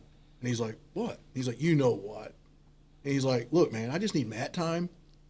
And they're like, yeah, come on. Do they get upset when you compete now at the local tournaments? Absolutely, 100%. Yeah. Yes, they do. Like, last year he did one local tournament, first local tournament we did in probably 2 or 3 years. And I'm sitting in the stands, and I'm listening to these freaking guys behind me for 20 minutes. I don't even know why that freaking kid's here. This is ridiculous. He's a national champion. He's this, he's that. Why is he even at these locals? Give these kids a chance to win. Finally, I was like, 20 minutes, man, I took it. Finally, I turned around, I'm like, hey, here's my Venmo and my PayPal. Send me the money to travel out of state next weekend, and I'll take him to another tournament. No, here's my Venmo and PayPal. Pay me for this lesson my son's about to give yours. Right, but I'm tired of spending. Sometimes I get tired of spending $1,000 for a weekend. But don't they see that? That's the whole essence of competition. No, they don't see that. It's like they don't. One of the reasons Back in the day when we trained and we fought, it was kind of like that. Like you you sought out the best you could possibly find. You want right? to test yourself, and if you lose, you want to learn from it. I don't want to beat a bunch of shit. Wait till your daughter gets old enough that she starts competing or whatever she's going to do, and you're going to notice it's not like that anymore. This is everybody should like even at a jiu-jitsu tournament. We went to a Fuji one time, and they went to the head table and complained about him being there. They're like, "Why is he even here? He doesn't even be here." I'm like, "I'm an expert, buddy. We can't go any higher." We went to ADCC in Chicago last Did the year. expert division. Did expert. And I was told that I'm too high of an advance to What's be in after that bracket. expert? There isn't. There is adult. Adult. I would have to be doing adult white and adult blue belt division. Would you ever have him compete against adults at 13? We have. Yeah. I don't think that's necessarily fair, though. He's 13. Right, but he still does. I mean, we still do it, and especially in the practice rooms, we do it a lot. But That's so wild to me. Like, the concept of complaining. When I was younger, we had a 2-time undefeated state champion in our room, and that was like the biggest reason why I became what I became, because I had this guy constantly showing me this is the level, and kind of beating it into me. absolutely. And every time I wrestled some guy or fought some guy that was better than me or whatever, it propelled me. Like, it's like, okay, this is where I'm at. This is where he's at. This is like the delta. This is how hard I have to work now. It was a constant reassurance that, like, there's more to gain. There's more I can do. There's more I can work. I'm not what I think I am. Right. They should look at that as, like, I'll be honest with you. If I had a son and you're showing up to a tournament, you know what I'm telling my son? That's the guy to beat. That's the guy to beat. And it's what I said yesterday. I'm like, what happens when one of these local kids beats him? That could be the highlight of their career. They could be like, I just beat the number one kid in the nation. Like right now, he's ranked number 1 in middle school national rankings. You got that chance, man. You're meeting him. But you have to always be on. And the hardest thing in sports isn't winning, it's consistency. To be perfect every tournament, every day. That's the hardest thing. Because it's easy to be great one night. It's easy to get talent on maybe one night. Oh, he made a mistake. I caught him and I pinned him. Okay, do that 2 times, 3 times, 4 times. Then you got his number.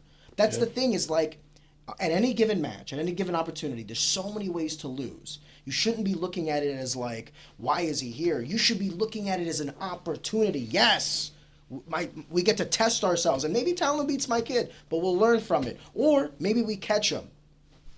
Don't you at least want the opportunity? So maybe I'm wrong. No, that's exactly how this is a perfect example of this.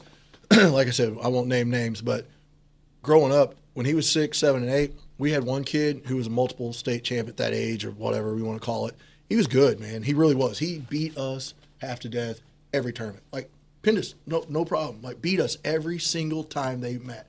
We would go to the practice room with him, and he was kind of a mean kid. He was kind of a butthole. He would, like, take his face and rub it in the mat, make him cry. Like, he was just mean.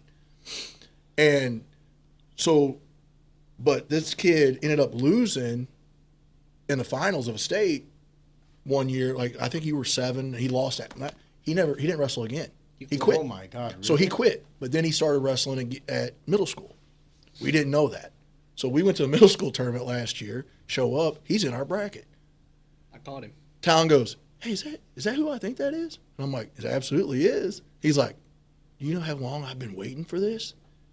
He goes out there, and I mean, he leg cradles him and pins him with a leg cradle with his hands on his chin like this. And I took a picture. Good. Yeah. Like, it was terrible. People are like, that was a little disrespectful. In context. Right. Good. Exactly. But people are like, that's kind of disrespectful. What? I'm like, Yes, it is. I'm like, you Yes, don't it know the is. backstory. No, it is disrespectful. Yes, it is. He showed his dominance is what he did. Yeah. Like, you will never do that to me again. Dude, listen, when you hold the hammer, remember what it was like to be the nail. Yep. Yeah, exactly. So And he did it, so Yep. you showed him.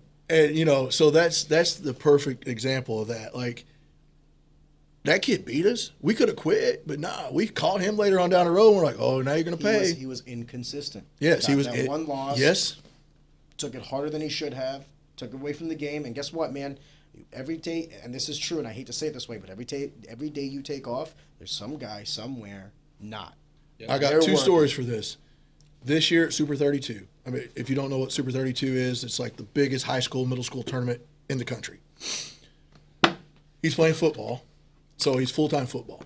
We didn't make it to a wrestling practice, but maybe once every 2 weeks. Because he's a middle linebacker and he starts running back and special teams. So he never comes off the field.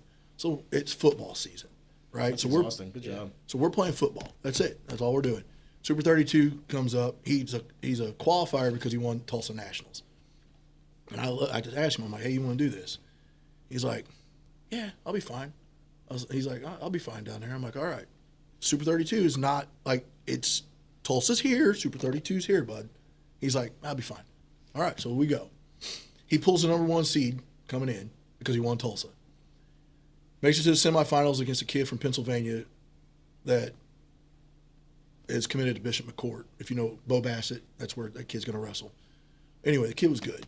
We beat him in the semifinals 10-8. Like with Close match. 3 seconds left. I saw the video. Yeah, 3 seconds left. He hits a turn, gets him turned, pulls off the semis, goes to the finals. Talon's beat this kid 3 times in the that we're meeting in the finals. We've beat him 3 times. So, but this, you know what this kid did? He didn't play football. When he lost at Reno Worlds, he's trained nothing but for him since April. This is October. So you got May, June, July, August, September, 6 months. The kid trained every day for him because he was thinking he might go to Super 32. What we do, we lose 3-0 in the finals. He gassed out. It happens. We were football. That kid said, I'm working. I'm going to get this back. What did he do? He gets it back. You know, good for that kid. Were we mad? Absolutely not. We shook the kid's hand. Was like, man, good job. Good shit. Good for you, man. Like, he's like, I worked so hard for this one. If they wrestle tomorrow, Talon beats him. I know it. Like, that was his. Maybe. It was his day to shine. Hold up, though. Maybe he doesn't. But maybe I'm wrong in this, but the mentality should always be just because I have doesn't mean I will. Right. Does that make sense? And that's the way I look at everything. I wrestle everybody like they're world champions. Yeah. Or that you have. Last time was last time. You are in front of me now. Isolation. I tell my kids, because I coach wrestling, I go, how do you become the best in the world? Or how do you win state? Do you win state by beating everybody? Yeah, technically. But how do you do that? You win state by beating the guy in front of you. Don't worry about 5 matches. Don't worry about the tournament 3 weeks from now. Worry about the guy in front of you. Yeah, because everybody knows wrestling is weird. Like, your number 1 seed go out in the first round. Not just We've seen 26 seeds beat 1 seed. The beauty of wrestling is that, you know, if you're losing a football game 50-0 and you're going into the 4th quarter, there's no shot you're going to win. There's just not enough time, right? Wrestling is the beautiful sport, similar to fighting, where it's like, dude, you can be losing or you can be winning, and there's 1 second left on the clock. I can make one mistake, pin, stuck, over. Yep. And it's never over until it is. And this is this is my viewpoint on that. Football, it's a team effort. 3 guys on that team could be messing up that game, not having a good game, and it throws everything away. Yeah. Wrestling, MMA, jiu-jitsu, all of that, single man sport. It's you. You're having an off day, you're having an off day. You get beat, you get beat. There's nobody else to blame. It's you. Because you can't be 100% 24 hours a day. No, consistency is the hardest thing in sports. Absolutely. It's easy to be great for one day. I've had moments in my life where I've looked like a world beater. And then I've had moments in life where I looked like, this is not the sport for me. Yep. You know what I mean? Catch me on a bad day, I might not impress you. Catch you on a good day, you might think about signing me to your college team. You know what I mean? It's so difficult, man. And this is why I harp back to the criticism thing. Is like, everyone who's done it knows this. Does that make sense? Like, I'm not going to look at Talon wrestling 1 match and then deduce whether or not, you know, Talon's having an off day or not. I'm going to have to see a couple matches that day. And then I'm going to have to see a couple matches that day compared to a couple matches a previous day or something else to actually get, like, that concise thought out. The criticisms never come from people who understand, because they won't criticize. They understand. Criticism comes from the people who don't, or at the very least, the people with, like, true constructive criticism won't do it online. They'll message you. Yeah. They'll contact you. They'll call you. They'll text you. Yep. Hey, buddy. They'll come up to you, shake your hand. By the way, great match. I know it didn't go your way. This is why I think it didn't. Take it or whatever. They're not gonna fucking post it on some board to, like, kind of hammer at you. That is to say, I still think it has weight, because I use that stuff as fuel too. Like whenever I see people, all right, I'll prove you wrong. You know what I mean? That being said, it's a fine line between fuel and now it's like eating away at your subconscious. Right now, maybe I'm not the man I am. Why did they think this? Like, forget them. I just, I particularly don't like that because of his age. Does that make sense? Like that what kind of man or what kind of woman, like what kind of adult is going to sit there and like, make comments to a youth? That makes no sense to me. Like, can you imagine what kind of person that would have to be? Right. It's not someone you're hanging out with. I would love to see what their life looks like. I don't know. I'm sorry. I'm kind of going down that one a little harder. But this goes back to what you said. Well, it seems to affect me more than it does him. Now you're affected.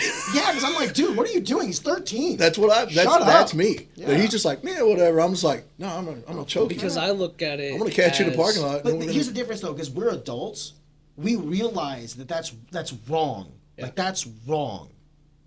No adult should be acting like that. Yeah. If you're like on Instagram and it's like some kids, I'm not gonna make a comment about that. But if we're like on some like online forum where like there's like adults chiming in, it's like, bro, what are you doing? You're a 30-year-old man. He's 13. Are you serious right now? Right. Yeah. If you were really trying to criticize constructively, you'd go through the proper channels. Contact you, contact him directly, contact the management. But then again, most of the people will never do that because they're not credentialed enough to even be heard. So that's the other thing. It's like, they're eating pizza and Doritos. Yeah. But then here's the thing, though. The people that do that on the forums and everything, I know that I have more to lose than them. So if I get back on there being like, no, you're wrong, you're this, you're that, get out of here. Yeah. Exactly. I have more to lose than you do.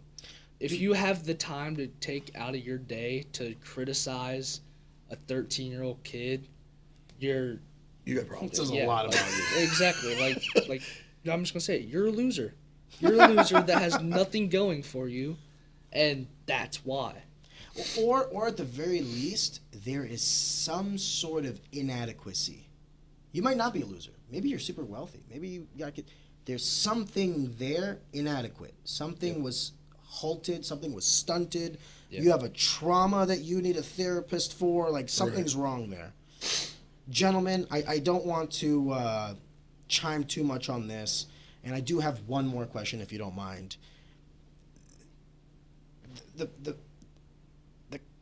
We've been talking a lot about your life, his life. But one of the things I wanted to do was take a step back and look at, the legacy, the name, right? You and him share the same last name. He is your son by blood. And I want to know what that means to both of you respectfully, meaning, you know that at some point you will leave this earth and that he will inherit it. And you know that at some point you're going to have the responsibility to carry on the name. So if you don't mind, I would love to kind of take a moment for both of you to answer this question. What does that mean for you to kind of see your son coming up the way he is? Does it put more pressure on you as a father? Or do you start to feel a little bit of relief to see the trajectory that he's on? So when he was little, it put more pressure on me. But now that I see what kind of a young man he's growing into, like I say all the time, like he's going to be just fine. I've raised him. He's going to be a good man. Like he's a great athlete. Yes, people know it. He's a great athlete.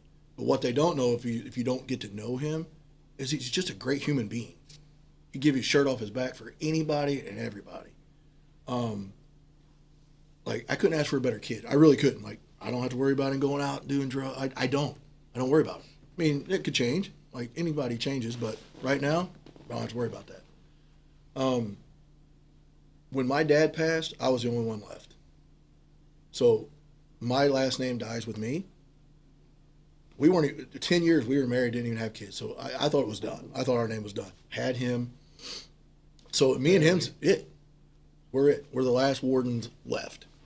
That spell it W-O. The rest of them spell it W-A. That's a whole different story. Yeah, we'll get there someday, but that's a whole different part 2. Yeah, so like family split. My grandpa and his brother split, changed their last name. My grandpa kept. Can you do that legally? Yep. My grandpa stayed WO. They changed theirs to WARDEN. Okay, like a warden. Yep. So we're WORDEN. So we're it. It was my grandpa, my dad, me, and him. That's it. So, but I don't have any worries about. I mean, I've raised him. I don't have to worry about pretty much anything. Like, he can take care of himself. This is a dangerous world that we live in. Do I have to worry about it? I know he can protect himself. He can protect his family that he's going to have. So to start with, there was a lot of pressure. Now I feel like I don't sound like this guy, but I feel like I've done my job. I really do. We got a lot more to go. Yeah, hopefully. But if it all's now, I think I did my job. Yeah, you've done more than most. I think I did my job just fine.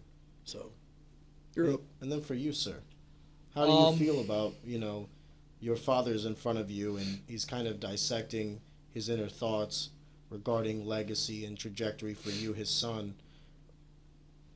I don't mean to add even more pressure to you. That's not what I'm trying to do with this question, but it's more of do you understand the gravity of what is on your shoulders? Yeah, and I don't really know how to word this right now, but it's I see what he has done, and I see what the rest of our family has done, and it's like he said, the generational curse. His whole family, and this is gonna get deep and stuff, but his whole family, alcoholics, right?